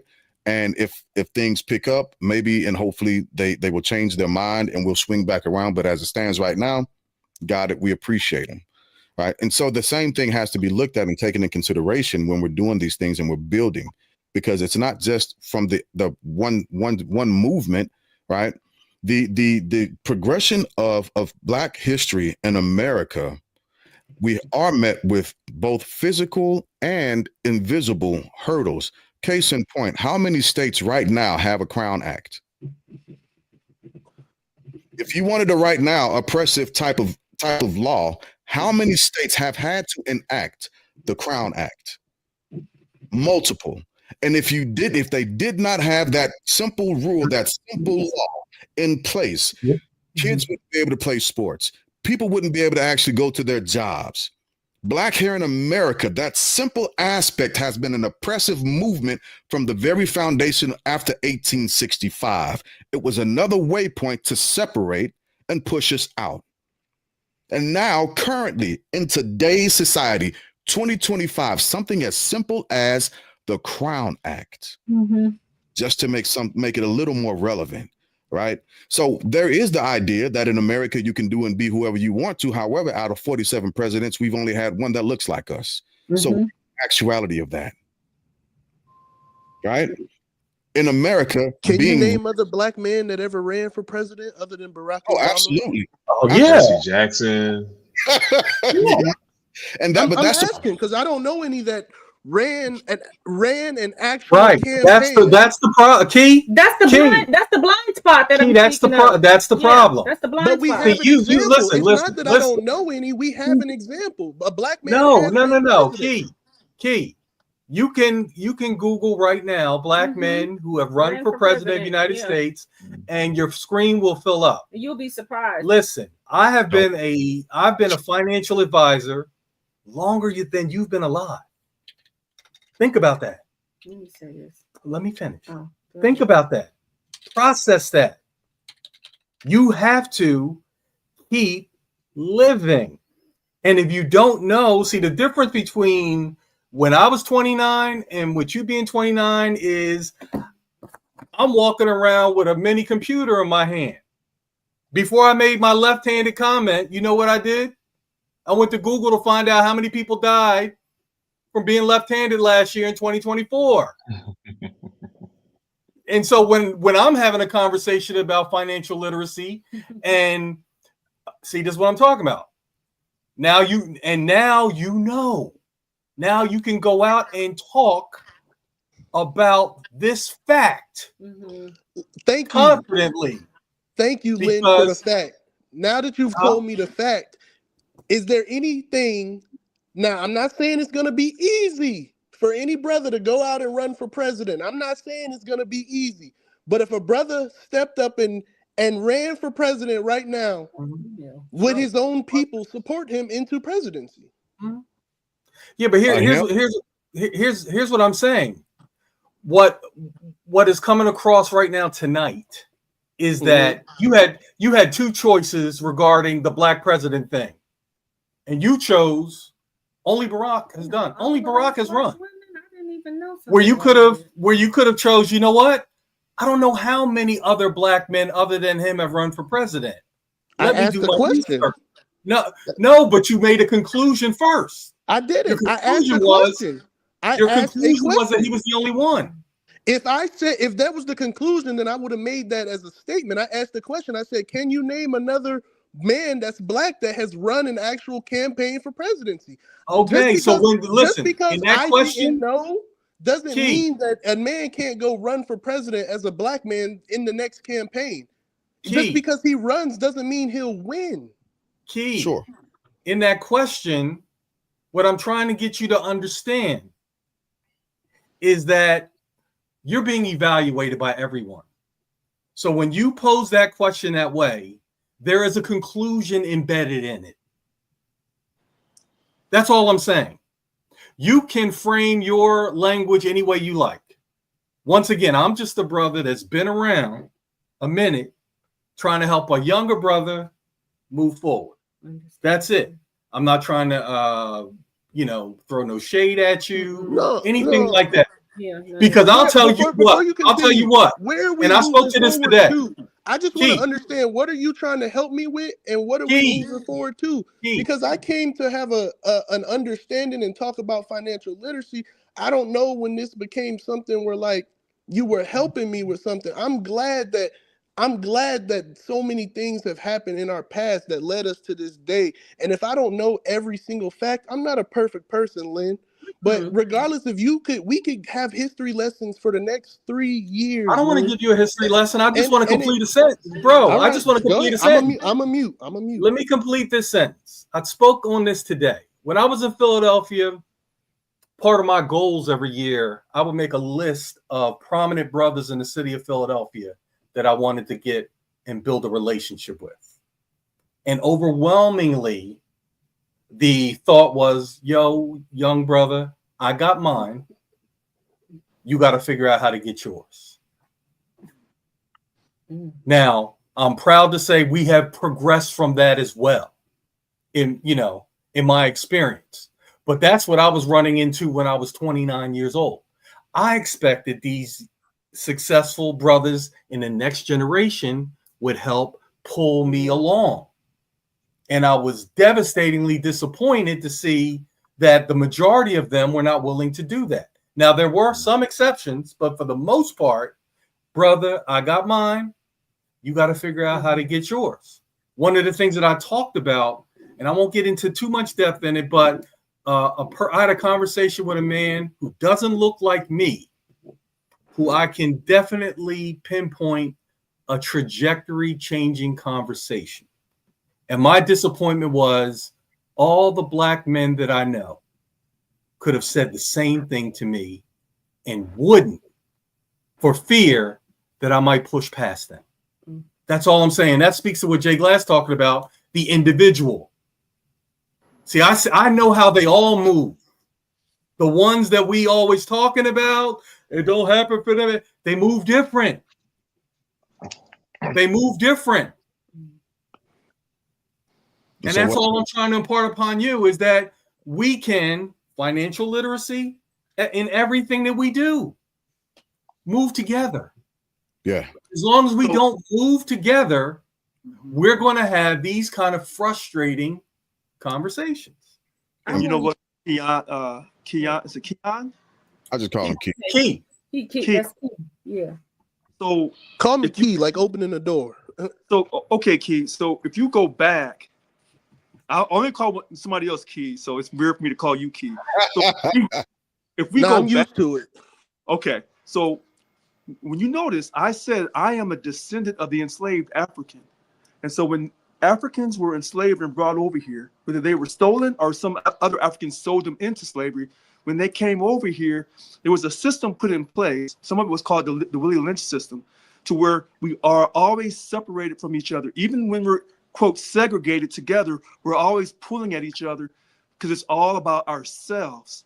And then that individual attitude that was created to keep us suppressed manifested and magnified when we did quote get freedom. And then we start having our own living environments in the inner cities all across America.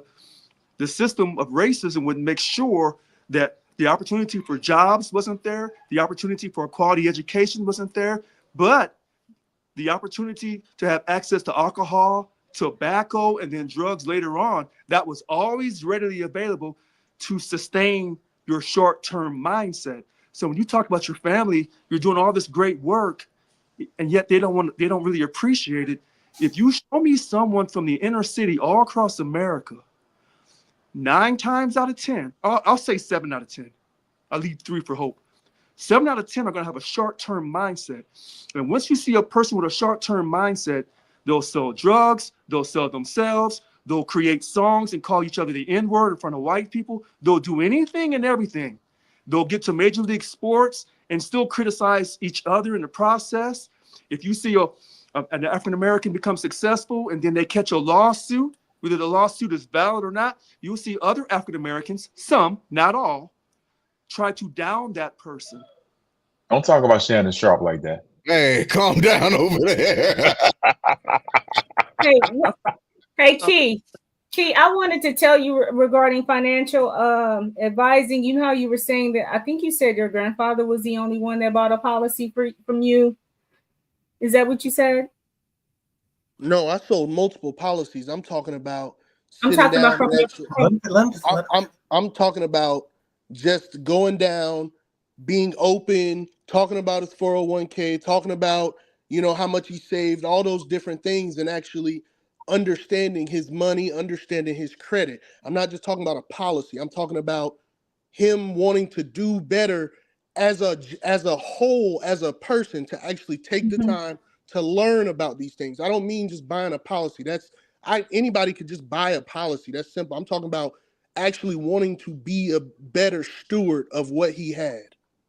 Okay. Most people don't want to do that. This is what I wanted to share with you. Are you saying like most Black people don't want to do that? No, it's most people in general. It's not just a trait of Black people, because there are very strong, successful Black men and women that I have so much respect for. Yeah. And when I listen to their stories and their stories of adversity and how they were homeless and what they had to go through just to be able to provide for their families, and then to be able to not just make ends meet, but to make ends overlap and to keep trying and not let one situation, or you know what I'm saying? Like I just seen, just an example. We talk about like redlining and stuff. I seen the family who, they had it was a Black family. They misappraised the house because the family had Black photos. They got a white family to hang photos, and the house got reappraised for the proper price. And when I talk about, it's not easy. Are there things in place that people going to try to stop you? Is racism still real? Is all those things still a case? Yes. Does it make it harder? Yes. But does that mean that you don't have the ability to try? And most people aren't even trying. And that's my point. And when we talk about, I have to go back to his example of the army or the soldier. You know what I'm saying? There are different units for different things. You know what I'm saying? Every unit doesn't go for the same mission.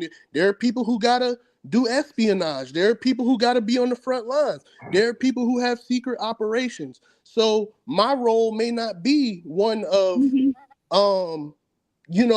my mind doesn't work in the same way as most people. I'm sure all of y'all can tell that. You know what I'm saying? But in terms of like opportunity, if there's a brother who want to know about credit, I can hook him up with another brother who got his own credit company. If there's a brother who want to know about development, I can hook him up with a brother who know about development. If you want to do drop shipping, I can hook you up with brothers who, and not only will they give you this information free of charge, it's already out there on YouTube. They've been putting out content. My older brother has been in this dude named Chris Sane's Discord for going on like 4 or 5 years. Chris Sane has put out multiple videos every single day for 5+, maybe even, I think 8 years now. He's been putting out videos every single day on the stock market. So when I say that there are tons of Black men and women who are doing their thing, who are doing it on a large scale, doing it all those things, the fact of the matter is the people don't take advantage of it. And when they choose to, they don't even stay in the fire long enough to improve their situation. You know what I'm saying? They think that it's supposed to be an overnight success. And And then when it doesn't work overnight, then they start blaming you and acting like what you told them was a lie. When whole time your expectations were never in the right place. We're so quick to give up on each other. And I hear what you're saying, Lynn, about the individualistic mentality. There's not a person on this panel right now who wouldn't give the shirt off their back to the next person if they have it to give. Even if they don't have it to give, we'll all give it when we talk about random acts of kindness. But I'm sure we all have that family member who, man, it seemed like we did so much for them and they just never got it. Right. But it's like teaching a person to fish versus giving them a fish. It's not talking about spoiling people. But what I was gonna say is, Lynn and I, we work with people. We're in Houston, so we work with people of different races all the time. And let me tell you, the Latinos always, man, we need to do better. They don't buy life insurance. The Asians, the same thing. Man, I tell you, my uncle won't tell me about his money. They need to get more life insurance. Everybody says the same thing. Even, white people, everybody says that their people don't buy enough life insurance. So they'll say they used to buy it and now they don't. It's just across the board. Because first of all, you start thinking that it's just you and your people. But yeah, it's not. That's all I wanted to say. So I'm glad and that you've been doing this since 2018. Are you still a licensed agent? I don't do that anymore. Now I work in real estate. I work with international investors in EB5, helping people get their green cards here in the United States. Oh, that's wonderful. Yeah, it's amazing. Me and my brother started our own company, which I actually wanted to get my brother up here, but you know what I'm saying? We have different varying schedules. Where are you? I'm in Virginia. That's why I always VA in the building. Okay. You in Northern Virginia or Southern? Southern. I stay in the 7 cities. But I tend to work with people internationally, so I tend to stay up all night because when I'm talking to like people in China, people in Africa, the time zones are different. So usually me and him link up sometimes during the day or sometime in between. But like I'm finna go into working now, if that makes sense. Oh yeah. No, that's awesome. And how's your job been impacted with all the things that are going on with immigrants? I'm gonna be honest with you. Because I work with a very niche sector of EB5, which is, if you don't know what an EB5 is an investment visa. So to even work with us, you need to have at least $1.05 million to even start the process. And that's not even our fees or nothing. That's just to start the process to get the green card, which has a 2-year conditional period. And then you'll be able to get like your full U.S. citizenship after that. But in addition to the $1.05 million, you have to indirectly create 10 jobs here in the United States. And through real estate, it's easy. You get them to invest in real estate, contractors, electricians, framers, all that stuff is indirect. So it works out really well. So in terms of how it's affecting the economy, somebody lying, because investors in other countries, they want to get their money out of their country and get it in the United States. So I don't know what the confusion is or where the miscommunication is. I don't know entirely, but from my point of view, international investors want to get their money in the United States as fast as possible. So go ahead. No, I was going to say, sometimes when people talk, you smile. Sometimes when people talk, I want to say, Mr. Glass, I wish we could go offline and keep talking about this offline, because when he talks those types of number figures, I want to go. I'm picking up on what you're putting down. I got you. Yep. Deuce, you've been quiet, man. What up, Deuce? What it do? It's a lot of points. I don't even know where to get in. Looking at his hair in the mirror, it looks nice. You taking up crew cut. You know how when you change your hair and then you look in the mirror and be like, oh, I ain't even recognize myself this morning.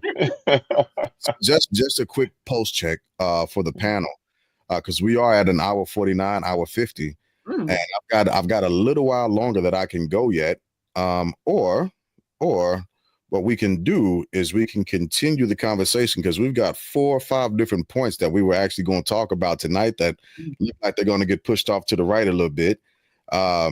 More than welcome to bring the full panel back. Of course, Deuce and Richard are permanent mainstays, and I have no problem asking Steph and Lynn, as well as you, Key, to continue the conversation with us next week in a little bit. I don't want you to hop off yet, Key, because after we do the outro, we talk for a second because there's some questions I need to ask you. But if y'all want to go for a few more minutes, I'm totally fine for that. Y'all just finna make it hell for me to go back and do my editing. Can you go to another topic? Because I think we done beat this one to death. I think we have beat that up, and I'll leave it up to the panel, right? So I've got, and I think I know the one that we're probably going to jump on. So we've got the judge from Wisconsin being arrested. We've got President Trump's baby bump incentives. And we also have buy crypto with a dinner with POTUS. Which one y'all wanted to hit real? Buying the crypto to win a dinner? You want to go with baby bump incentives or the judge? What is baby bump incentives? For 200. All right, there we go. So that sounds like the winner real quick. I will But give what is I just want to know what it is. I don't know if I want to do it. Steph messed me up too. At first, I thought Lynn was asking a legit question, and when she said for 200, I said, "Oh, that's what they want to do." Okay, that's so I was confused too. Because without knowing what that is, I would choose the judge because I know enough about that situation to be dangerous. So I could use some more. I could use some more education on it, but I don't know anything about the baby bump.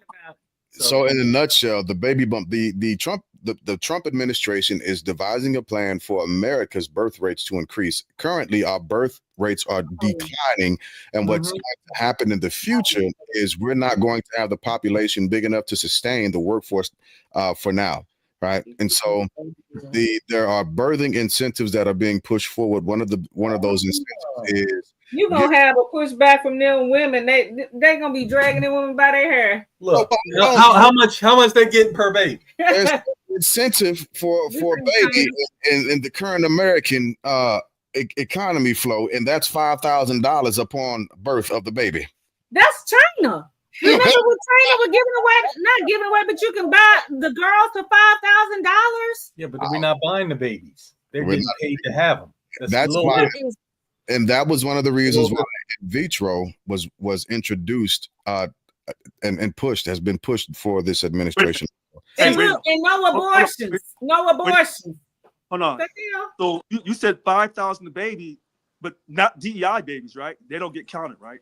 Well, I mean, I tell you what, we'll pin that. That's our topic. I think that should be our topic. Let's I like that one. Let's do it. Let's roll. I want to get educated on that. Because you know what? You know what would be a bigger incentive? All right, what's that? No cost for having a baby, because that's more than $5,000. But for how long, right? So no. I'm saying at the hospital, the birth, the whole thing. As long as the tariffs last. No cost, a no cost birth. So you roll out the hospital, net zero. Well, I think you're forgetting who the current Surgeon General is, and with that being said, the TV doctor is not going to allow the medical corporations to miss out on the big business that birthing is. Oh, you're talking about Dr. Oz? Yes. Right. So you're gonna charge me $30,000, and then you're gonna give me $5,000. Oh, he's gonna charge you direct deposit. He's gonna charge you $45,000, and then push back $5, and then tax that $5. Right. Just as income. As income. All right. I've heard they're about to completely slash income tax too. That's going to be another topic for another day. Don't beat me to the punch. We gotta brainstorm that. We're gonna talk about that in the future. We need to have more development on that in the administration, and for more information to be written about it, because there's not too much. It's just another concept of an idea. But Deuce, I want to throw this over to Deuce. I want to throw the baby with the concepts of ideal. I want to throw the baby bump conversation over to Deuce to get his movement on it real quick. See what he says about it, and then Rich, and then after that we'll chime in. We'll join in. We'll talk about it. All right, listen, I think it's a terrible, awful, hideous, insidious ideal, man, to give $5,000 for each baby born, because the point Shaw mentioned, it costs an ass load to have a baby in the first place. And how much does daycare cost? Daycare is insane, man. It's a comma. It's a comma in that cost. It's a comma. Show. Kind of like how Key was talking about. I know I got an old high school classmate. She opened like 2 or 3 daycares in Birmingham. She balling. Yeah. Bro, she jet setting. She got the fancy tote bag with the T on it. the one I can't even afford to look at it directly. I got to squint when I look at it, right? Right, But she making money off of daycare, right? So $5,000, that ain't gonna do a lot. And then when I think about the people who are in need that need money like that, let me readjust my camera here. It's gonna be the poor. It's gonna be the poor. They're gonna be hurt the worst. There's gonna have, just like you think about income tax, claiming kids to get a bigger income tax check. They think they balling. They spend the money by March, April, forgetting about everything it costs to have a kid throughout. I think I read somewhere one kid 0 to 18 is $300,000 to $350,000. Yep. So That's tell up me from how 250. 5,000 going to help with that. That's I'm gonna round up with that. That's gonna help with that when I get this camera right. Well, with that being said, I'm glad we got 3 literal financial SMEs on here as far as life insurance as far as life insurance is concerned when it comes to covering that child through the juvenile portions of their lives. What is the mainstay for that? Like, what does the economics look like when it comes to that for kids? The economics of insuring that child. Oh, well, if you Some start $5,000 people not thinking about life insurance for the kids. they're I not. don't disagree, but just to run the numbers to see if it adds up. Like, what do y'all think? What do y'all say on it? Well, yeah, it's going from 0 to 18. It's going to cost, depending on when you start. So you start at 0. You're talking about $20 a month times 12. That's $240. More, more than half of the $5,000. That's not going to be saved in any way, shape, or form. Mm-hmm. So it won't be for it'll be for forward thinking, generational wealth, setting your child up to be successful, to successfully launch from your house one time instead of being a boomerang. I had a thought, unless you were talking about the people that are going to suffer, the people that don't have money. I told Lynn, unless they pay them to have the babies. What do you mean? What do you mean? Pay poor people to have the babies. Well, that's okay. All right. Yep. All right. Yep. Key, what about you? What's your take on it? And I'm glad you said that, because I'm gonna come back around to that point after Richard. Oh, you were asking me, right? Yeah. What's your take on it? $5,000 baby bump incentive. Man, I agree with Lynn. I don't have any kids myself, but I do have a nephew. And when my brother told me how much they spend in the hospital, I was blown away. I didn't know all the charges that you incur in having a child. It made me, I had already thought twice about it. It made me think a third time. I would ask. Well, go ahead, Rich. Yeah, Richard, go ahead. Don't ask that question. Go ahead. What? Mark the calendar. I agree with Deuce, Lynn, Key. All right. Number one, what I can't understand is if you're going to have 5,000 per baby, how does that affect Black people? Because all the Black people in America, last time I checked, when they get their positions, they're all DEI positions. So do the Black girls who have the children, do they still get 5,000 per baby, or only if they're poor Black girls? And then you can use the babies for slave labor down the road. I can't figure this one out. Isn't this whole thing about white people having more babies? You're not losing the majority. Yeah, I'll get to them in a second. So one drop of our blood just messes up the whole thing. Well, again, I can't see how you're trying to get poor people to have children, particularly African American women, when you're doing cutbacks to social programs such as Medicaid. You say not Medicare, but Medicaid and other social programs that help women have these children. So I'm confused. I was thinking that they wanted poor. I was joking, but what I'm saying, like, what they could do is get poor white women to have the kids. There's plenty of poor white people. You know what? It's more poor white people than it is Black people. Hold on.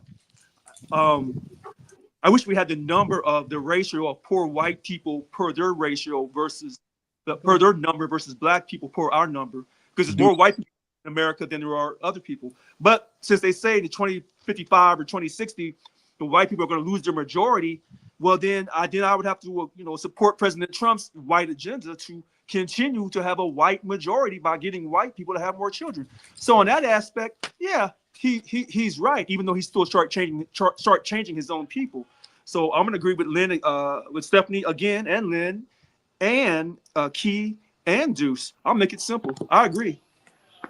Deuce, are you able to run those numbers in your chat GPT that Richard just outlined? The different Yeah. If you could, please, can you re-describe that for us, Rich? So I read that the white majority will not be the majority by, I think, 2050 or 2060. So if a majority of white people voted for me, white uneducated males voted for me, I'm President Trump, and I've already had to back down from China, which he should have never done, but he did anyway. No, just hear me out for this, because I'm President Trump, and I relied on the fact that I'm a savior from heaven, and I'm going to make not white America, but make America great again. Well, then I can't bow down to a minority. But you've done this by going back on your tariffs, but now you're trying to encourage your own people to have more children so you can keep a majority by 2060 or whatever. And then you're trying to remove all the minorities who came to the country illegally. You got to get them out of the country. And then you'll say, well, we'll have a job void. Well, those rich people that Key's talking about coming over, they ain't picking no fruits and vegetables in those farm fields. So you'll get the poor people of both white and black communities to have more children, and you'll put them out in the fields to pick the fruits and vegetables. Hope they have a union. Cornel West said, and one of the books, one of the many books that I have by Dr. West is paraphrasing, and this is a conclusion that I came up with also, is the 13th Amendment allowed for a vast niggerization of America. A vast what? Niggerization. Wow, you do say that. Okay. Yeah, that's what I said, a vast niggerization of America. I don't know if you all have read recently what Florida has done with their agricultural jobs since their workers have all either begun to leave or have begun to become arrested. I don't know if you all have followed that in Florida, that they've lowered the actual age for people to go out into the fields to work. And it's a 90-day job, roughly 10 or 11 hours a day, for I think $11 to $12 an hour. And you know what? You can do that because in a charter school, who knows what their hours are? That's a fair point. So with that being said, give me a second. I got to put my Instagram ended again because we've been on for a while. But with that being said, everything that we do before we do it in America, it's executed through a bit of a rehearsal, as it were. And the rehearsals that we're looking at now for the future, in order to keep the actual maintained so that we can maintain the working population, is being explored through those very means and stretches to lower the working age and wage, and also increase the age of retirement, which is another thing that's being worked on in the House as well. That way you can begin to extend out. Essentially, you're able to continue to fund the people that you need to pay out, right? The millionaires that are coming and have to. That's how you can create those 10 jobs, by having a farm and indirectly contributing to a community by creating those jobs, possibly. All right. But at the end of the day, what we're doing is we're going back and we're creating another slave class, literally a slave class of people. Right. I'm not talking about indentured servitude, because things begin to morph and change as we continue to move towards these platforms and American desperation kicks in. I would say you're not creating a new slave class. What I would say is you're making America great again by going back to your original slave class. I'm just saying. It's not, but you can't. The reason why I say it that way, you can't go back to the original, because by 2050, the time that you're talking about, they're going to be the minority, and you can't just have them. Oh, well, no, you want them to have children too, because you have some poor white people that you want to have children. But as the president, this happens in other countries already. we're not even talking about the sex trafficking, but like modern day slavery. I listen to this, it's not a podcast, but anyway, I listen to this message every morning, and they're from the UK, and they're always talking about the modern day slavery, you know, of children and adults in the UK and look across the world. So they're not just coming up with this stuff, even though our history is tainted with that. It's like they're trying to see, again, history is trying to repeat itself, you know, where instead of it just being the African Americans or the Africans, you know, they're getting them from they're getting them from everywhere. This is not new, and they're just trying to get another stream of income. The vast population. Yeah. So it's just now it's like, well, they don't want to say they're doing it, so we want to stay on top. So we're going to do it too because we have great history of doing it. Maybe that's when they thought America was great, when they had the slaves and all that kind of stuff. But yeah, like I said, great for whom? Okay, that's why I was asking. Maybe they thought it was great, but even back then, you can never be satisfied. So the again and the I know we're on a different baby bump, but they're kind of morphing into each other. It's a crock. I think it's a good tactic though. You know what I'm saying? Because I know people, the only presidents they remember, Trump and Bush, because those only presidents they received a check from in their mailbox, right? Back in the day with Bush, and then they got a check in their account from Trump right during the COVID. People forget Biden. I might remember Biden. I was going to say it wasn't Trump. Yeah. And we'll kiss Bush in the mouth. We'll kiss everybody will kiss Bush in the mouth today. Oh, yeah. Well, I'll look at Jake Lance like you. Well, what I'm saying is compared to. Yeah, because even Bush is like, huh? Like, you know. Yeah. But I think it's looking at it from a tactic standpoint. All people are going to hear is, "Oh, my government's trying to help me out when I have a kid." That's all they're going to hear. They're not going to think about the ramifications, or kind of like what Keith said earlier. People think in the today mindset. Oh, today this 5G is gonna look nice. Wait a minute. What? I can get my kid this, that, and the third. Listen to this. You can spend billions upon billions to go up in space, and you can spend billions upon billions to create robots, but you're not creating robots to go out in those fields and pick those fruits and vegetables. Oh, okay, I got it. Oh, I got it. I see your priorities. I see it. Nah, bro, like you put it out in the heat, man. You got to get oil and lubricant and all that stuff. You don't have to do that for a human. Get out of here. Come on, Rich. Okay. And I tell y'all what, I got a early morning, and I gotta be on my feet all day, instructing and teaching and leading on all that other good stuff. So we have to move into final thoughts. Gotta move into final thoughts. Now, final thoughts. It is Key's first time on the panel, and we absolutely appreciate you. And so, with that being said, your final thoughts are going to be first. So I don't know if do you remember what we did for final thoughts last week? Yeah, you just want me to kind of share a summary of what we talked about, like what I think of the whole conversation. Nice to see your face, finally.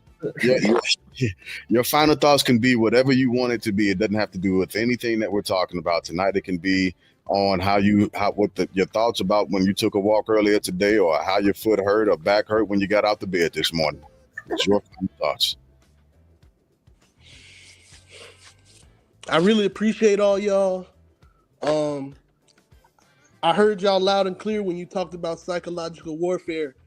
Mental health is real. If you need help, listen to The Stranger's Secret by Earl Nightingale. Listen to it over and over and over. Listen to it before you go to sleep. Listen to it when you wake up. Listen to it throughout your day. Listen to it until you understand what the man was trying to convey when he left the message behind for you. Those are my closing thoughts. All right. I can dig it.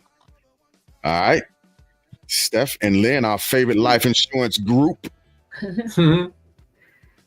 Man, let me think. I have I hate talking about politics, but you know, it still helps open your mind and everything. But it's a privilege to be a part of this podcast, and I commend you, Mr. J. Glass.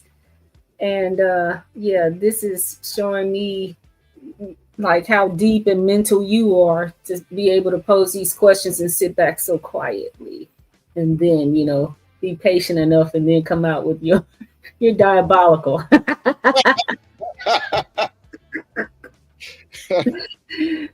Go ahead. Final thought is, I'm grateful that all that we have, and I am prayerful that I will one day see a day where I can say the United States of America has arrived at greatness. And I can tell you honestly, I never thought I would see a man who looked like me in the White House.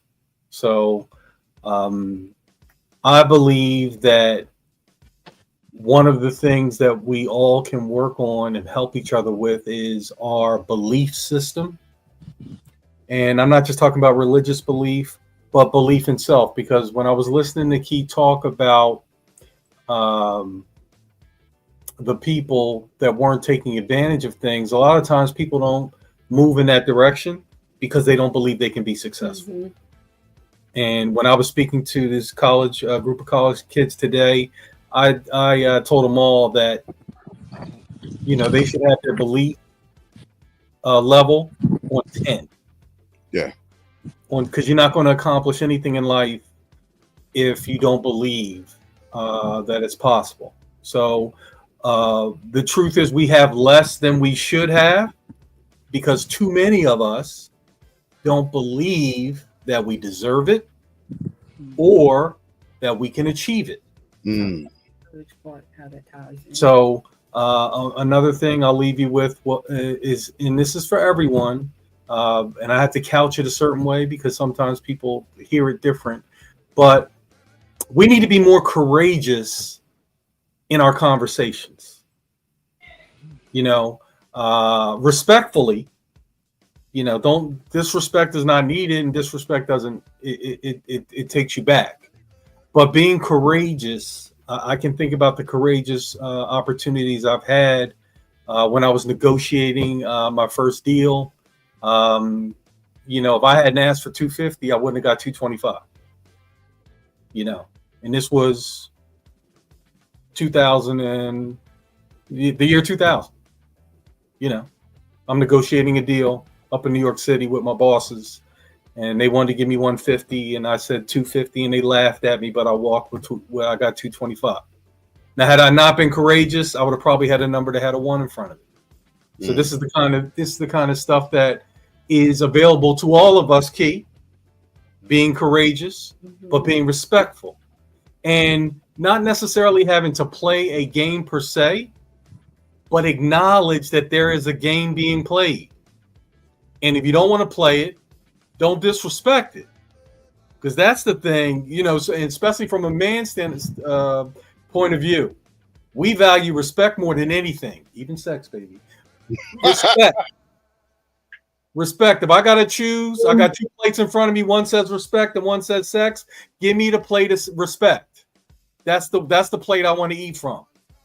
And I know I'm not alone in this. So I just hope and pray that we can move like a unit, like a group, instead of like individuals and crabs in a barrel and all those other cliches we've heard about ourselves. But I hope I live long enough to see that day come. All right, I dig it. I love it. Rich, you up next. Rich. Okay. So I'll try to make this quick. I am glad that Stephanie and Ben on tonight gave me my theme. Name, image, and likeness. That's been big all tonight. Whether it's looking at this current president, country, looking at how we view, quote, Black America, we as Black people, it's our image, our likeness, and it starts with our belief system. Whether you believe in God or you don't believe in God, that to make that choice. I agree with Lynn.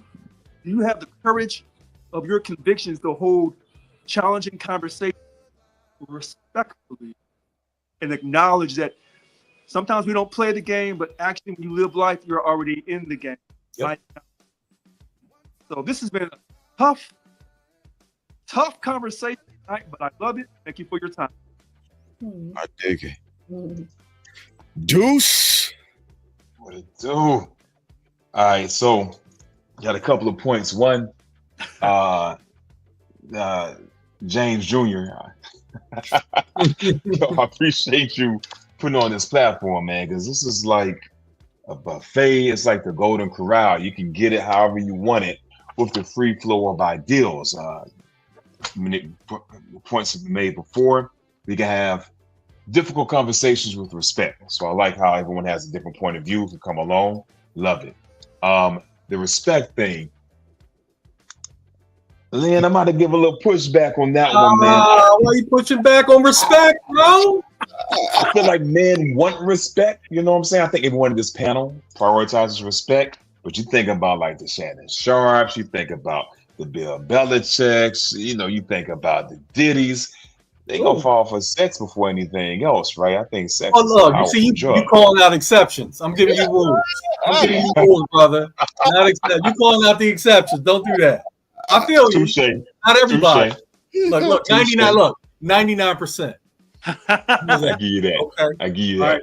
All right. Okay. And then the courage thing, I do want to echo that too. I also want to add to the fact, and I know it's implied, but I want to say it out loud. The knowledge. Like Lynn, you were saying your job up in New York, you told them your worth. They said, we see you, but we could do this, right? But I'm assuming it's because of your body of work, your body of knowledge that you presented that they saw. They're like, we got to get this guy. The same with Keith. He's making deals with people with multi-million-dollar accounts, right? But him and his brother ain't just stumbled into that. They had the research study and they have the confidence to enter those conversations, right? So I just want to make sure everyone knows, not y'all, but the audience, have that confidence, have the knowledge. The two together, you won't stop them. I need that confidence. Why can't it be for me too? Goodness gracious, man. Listen, who you telling? I kind of, I need to get some of that myself. I need some of that Shador Sanders. No, you don't need none of that, bro. That's packaged in the right way. Packaged in the right way. You know what? Right. I need that Jordan confidence. I need that Jordan Kobe confidence. I got one for you. Write this down. Competence leads to confidence. Yes. Yeah. Confidence leads to a conversation. Wait, that's a lot to write down. And the conversation leads to compensation. I can repeat it, but let me get it all out. Look, my pen ran out of ink, Lynn. I need to get All right, I'm gonna text it to Jay Glass, and he's confidence, conversation, compensation. Mm-hmm. That's the formula. That's like 4 C's. I like that. That's 4 C's. Mm-hmm. So my this is what I'll start out with, right? The first acknowledgement is even if I haven't asked it, it's been given. And it that I'm speaking about is help, assistance. Mm-hmm. And it's provided in various different forms on this panel through everyone who's here. I didn't ask you all to make me more knowledgeable about the things that you've told me, but you have. And I appreciate that. I didn't even know I needed that help. I didn't know I needed that assistance, but you've given it, and you've all given it willfully. And I absolutely appreciate it, and I need it. And not only do I need it, I want it continuously, which is why I'm continuing. I continue the podcast, because I think it's of the utmost importance. I don't like being tomorrow the exact same way I was today. Right? If I sing an A, well, tomorrow I need to figure out how to sing an A flat. Right? I need to be able to do something a little bit better. And every time we do a podcast, generally speaking, I end up better. I end up being better equipped to move into tomorrow and have a different discussion with somebody else. And it is done oftentimes through, how did I do that? Or did one of y'all do that? I didn't do it. Wasn't me. Touch anything. Keep them off the screen. But you just learned how to undo what you did. I know, right? You just learned something else. I do. Yeah. Knowledge continues to flow. Exactly. But I absolutely appreciate that help. And again, it's not something that I asked directly, but you've given it. For my final thoughts, I heard a story earlier today, team and family. And it was a YouTube thing that was sent to me at about 4:30, 5 o'clock this morning. If y'all didn't know, I'm an insomniac and I don't sleep all that well. So I'm up often reading and looking at stuff. And one of my old instructors, he sent me something and I listened to it. And it had a lot to do with an American family who was their house was kicked in. Their house was kicked in, and it was a woman and her young daughters. And they were being raided By the FBI. by the FBI, by Department of Homeland Security, by immigration. Yeah. Nobody has actually owned up to it. None of these agencies have owned up to it. In the midst of them kicking in the door, they made the woman and her children, her daughters, go outside in their underwear. They did not afford them the time, the opportunity, or the space to properly clothe themselves. They did not give them even that small amount of human respect to have. They took this family's money. They tore up this family's belongings. And this family moved across the United States in search of more opportunity financially. And they were met by our law enforcement agencies with the utmost inhumane treatment. I posed the question about, is America great again yet? Because if this is happening to the least of us, how can any of us claim any portion of greatness as a citizen? And if we're going to make that claim and stand on it, we should also be willing to assist that family and all the other citizens like them in regaining everything that the Bible talks about the locust stole and destroyed. The things that are happening in this administration have become so horribly inhumane and disrespectful to the American citizen that it's almost unbearable to watch, listen to, and be forced into participating in it. We are a great nation of economic stature. We can take financial hits for a long time and still end up okay. We are a great nation when it comes to war innovation. We can fight wars for years on end, long campaigns. We've proved it, we've tested our mettle in it, and we'll probably have to do it again one day. We're a great nation when it comes to rallying around an external force, but when it comes to supporting each other internally, we are fickle. We will move individually, and portions of our society begin to suffer greatly. Our people, Black people, tried to make sure a lot of Americans didn't have to actually suffer the things that they're suffering now. And I just want to remind a certain segment, you voted for this. And that's the thing the sentiment that you continue to echo. You voted for this. My Latino brothers and sisters are experiencing these horrible atrocities that did not care if your family members got deported because it wasn't going to be you. You voted for this. You voted for a woman and her young children to be cast outside almost naked and have to experience inhumane treatment. You voted for this, America. You voted for this. We are so far past being morally bankrupt, we can't even actually use that as a synonym to say where we are. And it's not because of anybody that's trans. It's not because of anybody that's gay. It's not because of anybody that's Black or white or indifferent. It's because of a simple emotional movement and an impasse of hatred. That's what it's for.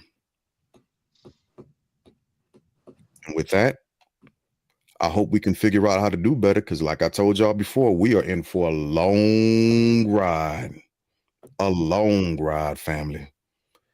And ain't none of us going to be able to get out of this by ourselves. This is going to be a full hands-on team effort to simply survive the experience. And with that, those are my final thoughts. So tomorrow we'll be on. We'll be talking about Thursday night show. We're going to end up talking about Sinners. If y'all haven't seen it, highly recommend you go see it. We'll be talking about Sinners. We'll be talking about oh my goodness, I forgot everything we're talking about. But it's gonna be another full show. It won't be as long because they whatever the reason. It's not gonna be as long. It won't be a 2.5 hour show. But we're gonna end up talking about Carmelo Anthony as well. So Carmelo with a K. Oh, okay. see, yeah, the case in Texas. Was it self-defense or is it manslaughter? Is it murder, so on and so forth? But we're gonna talk about that, and we'll see where people line up. And of course, everybody's invited to hop on, and it's going to be at the same time, 8 o'clock Eastern. And we'll see y'all out here in these streets. So just like every night, everybody could have been anywhere else in the world, but you decided to hang out with us on multiple different platforms. And we absolutely appreciate it. Be a part of the family. If you've got something you want to say, just like our family member Key, welcome to the family bloodline. You're a family member now. You're always invited. This is your space to say whatever you want to and need to. We don't have to agree, but we do have to have the conversation. Because that's the only way to progression, right?